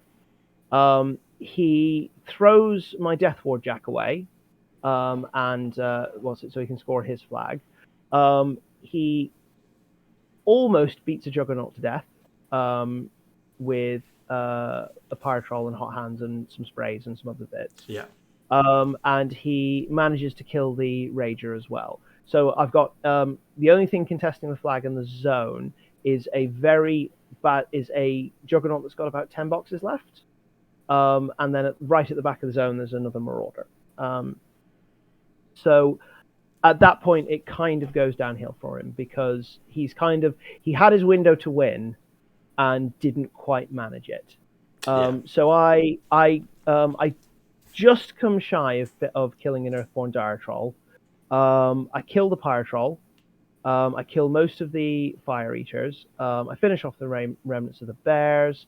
I think I kill Boom Howler, and I just stand there, and he ends up clocking on his next turn, trying to unpick it all. So on that last turn, then so he goes 6-2 up, and then you score 1 back. So he almost. No, I score. So at the end of that turn, he scores 1 point back. So he goes 3 up. So he's 5-2 at that point, and then you're scoring. Yeah, and on his next turn, he manages to score another 1, but I've scored another 2 back. I mean, he goes 4 up. He kind of has to win the turn after, else he's just losing steam. Yeah. So he identified the right strategy. He just didn't quite manage to pull it off. Yeah. That's really good. That's so really it was a really good final game. Sure. I really enjoyed it. That's very cool. That one's also on stream. Yeah. So again, I'll try. It's a really technical game. Yeah, I'll try and reach out to Rob at Firestorm and see if I can make something happen with that, just to make it a little bit better for other people to watch it back. But yeah. So and then that's the end of it. You take home the resurrection of the Welsh Masters. So absolutely fucking well done, mate. So pretty good. So at the end of it, obviously I won the tournament, but I obviously took best in Khador because whatever. But I also got the most army victory points. Yeah, bloodiest general and most VPs. Yes. Because I absolutely mullered like most of my opponents' lists. I think I had 4 separate games where I scored over 100 victory points. Yeah. There's no ending early with sneaky assassinations. There's no kind of sneaky control. 113 versus Elliot, 109 versus Adam, 115 versus Aaron. Yeah, some good. It's just bashing the hell out of everything in front of you until it stops getting in your way. Like even my first two games where I'm playing like possibly one of the most heavily tilted assassination lists you can play in Warmachine, I go, nah, let's play attrition. Yeah. So well done, as we said. So fair play to everybody. Congrats. Is there anything you would change about your lists now, having like put it through the gauntlet of all those games into everyone you fought through? No, basically. In a word. Does the Cova 2 get edged out in any world by like the rocket lines or something, or is she just? I think with Karchev 2 in particular, the thing is Karchev 2 plays basically everything. I actually think he's too strong. Like he's in Khador, he's over the top with the particular list I'm playing. Like it hits really hard. It's hard to deal with. It's very, very fast. It's highly accurate. Like there isn't a lot that it can't deal with. Yeah. And even what I think it's just such a hard gear check as well. Yeah. And like even its worst matchups, I think are still playable. Yeah. Right. And that's probably a sign that it's too strong. Yeah. So like Zerkova 2 is in that pairing basically to scare people off of their harder weapon master spam. Yeah. Which is what happened because I didn't get Madrak 3 in the final game, and I didn't get Bennett because of in the Crucible Guard matchup because of Zerkova. So I think I think it's the best pairing in Khador at the moment. Yeah. I think Karchev is the best caster in Khador at the moment. Yeah. And I think frankly he's too strong in Khador. Yeah. Yeah, I think for people watching, I agree. I think there's I think from an outside perspective, if you've not put Karchev on the table or if you've not played against him a lot, it looks like its basics as a real no brainer, right? It's this guy sends his jacks forward that have got an armor million, they've got 20 million attacks, and they just kill everything. But I think at the very basics, that is the list. But there's also you need to know when to push the button. You need to know where Karchev needs to be. Yeah. You need to. Yeah. I think that the basics are there, and that is true to a certain extent. But also, there's a lot more nuance that the more experienced players have worked out, and have seen what they need to do, where needs to be pushed, where needs to be protected. I think that's the difference between someone who just puts Karchev on the table and expects to win everything versus somebody who puts Karchev on the table and wins the Welsh Masters, and that's the difference. Yeah. Yeah, because you've been grinding games solidly with Karchev since he's come out, right? Yeah, and Karchev is so Khador jacks are bizarrely hard to play. Like they look very simple, but because they're so slow, and because you don't have a lot of armor buffs for jacks outside of Karchev, most lists can deal with 6 Khador jacks, right? So if you want to play a jack spam outside of Karchev, you have to learn how to position. You have to learn exactly what can kill them. You have to do target prioritization quite heavily. So it is quite difficult to play that. Yeah. But when you take all of that sort of nuance and then apply it to a caster that does buff their armor and does make them really fast and does give them extra damage, it becomes very, very difficult to deal with. That force multiplier just pushes everything through the roof. Yeah. And one of the reasons that I wanted to take Karchev 2 to the Welsh was because I kept hearing a bunch of people saying, "Oh, I can deal with Karchev 2 in Khador." Yeah. And I wanted to see if that was actually true, and I think I found it just kind of wasn't. Yeah. I think certainly from my perspective as Rhett, I think I've got a list that means I've got a game into Karchev 2. Yeah. But by no means do I have a silver bullet. It's a struggle still. People were telling me Chromac 1 was favored into him, and I was like, no ways. I don't think that's true. People were telling me Gorshade 4 was favored into him. That's not true either. Yeah, you played that enough now and you see it. So Risabasser dice off 14. They're not doing a thing. No, they're doing nothing. I think Kalissa's probably the best answer in Ret. And I think that's difficult. Yeah. That's what I've got. Like I said, the Iris add-on is for a bunch of matchups. Karchev's one of them. and I've got double harpy as well. So my game is, I guess, similar to what you've just talked about with Wouts, where I don't necessarily think I can kill all of the jacks, but it's all about boosting the attack rolls to knock down more jacks. And then you're controlling and trying to win on scenario. Okay, this is interesting because she can start trying to soften him up for an assassination with I forgot the name of it, but she reaches out and touches. Where the jack takes damage and you ping damage off Karchev. Feedback, feedback, yeah, backlash. But like this is kind of my point, that like your best list in faction is like relying on not killing the list. It's relying on maybe softening Karchev up or winning on scenario. Exactly. Yeah, and I think given time, I think I kill I probably kill through the jacks at range, but I've got to control them every turn. Otherwise, the entire game plan just goes down the chute as soon as you can run or charge your jacks into my stuff. So it's I think the best I've had into Karchev has been Bethane 1, where I can shoot out 1.5 jacks a turn.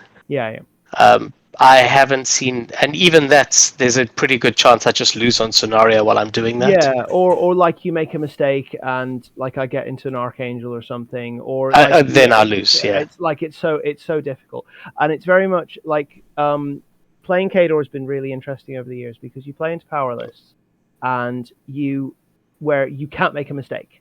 Like old Haley 2 and like Kruger 2 when he was like dominating and all these other lists, you can't make a mistake or you just lose, and your opponent can make loads of mistakes. And now it's the other way around. Yeah, finally, you get to have a try the other side of the game. I can make quite a few mistakes, and my opponent can't. They have to play basically a perfect game, or they just lose. Yeah, that makes sense. I think that sums him up perfectly. It's just gone midnight for us all over here, so I think that's a good time to start to wrap it up. So thanks, Rob, for coming on, and once again, congratulations, buddy. It's a very big win to come back in the new world of Warmachine, where we got all these old school players coming back to the game. People are super excited about all the taunts that are springing up. If people in the UK are looking for events, I think there's still some tickets to the Warsaw event because it's a 2-dayer, which is in June. There's a few. I think there's a team spot left. There's a couple of people. Yeah, but have a look. It's on Facebook. It'll be on the UK site. And then there's various other events are springing up. Obviously, Toucan, which is Dan Pedrick's sort of con style one, is going to get some more info about that in February. Is it in February or January? February? You're involved in this, right? So I think it was February. We'll get more details from Dan closer to the time. There'll be some details, but so it's really cool to be seeing all games. But so thanks very much if you've watched us live and been involved in the chat. It's been cool to chat to everybody. And if you're listening to the podcast in the morning or watching it back on YouTube, thank you very much. Don't forget, if you can subscribe and shit like that, it does help me feel good about my life choices. And and if you want to get some minis, and if you're like missing stuff, then have a look at the links, because there will be the affiliate link to Wayland, who are the official Privacy of Press supplier for the UK now. So have a look, and that'll just give me a bit of a kickback, so I can actually afford to buy the models I had to borrow for the Welsh. So, and just as a quick note as well, a thank you to everyone who came up at Welsh, just to say they were listening, they were enjoying the show. Oh yeah. Even to say, maybe talk, let's shit, that all of that, that's great. Really appreciate it. Yeah, we had a few people who were like, either listened to the show on the way, like the pre-show we did, and we literally talked about one of their first games. So they're like, we have no idea what to play into this fucking. I think it was Kane that they ended up facing, and we discussed it. So they listened to it on the way. Yes, I remember that. So I'm like, so our coaching sessions, just chuck us a few quid, right? We're pretty cheap.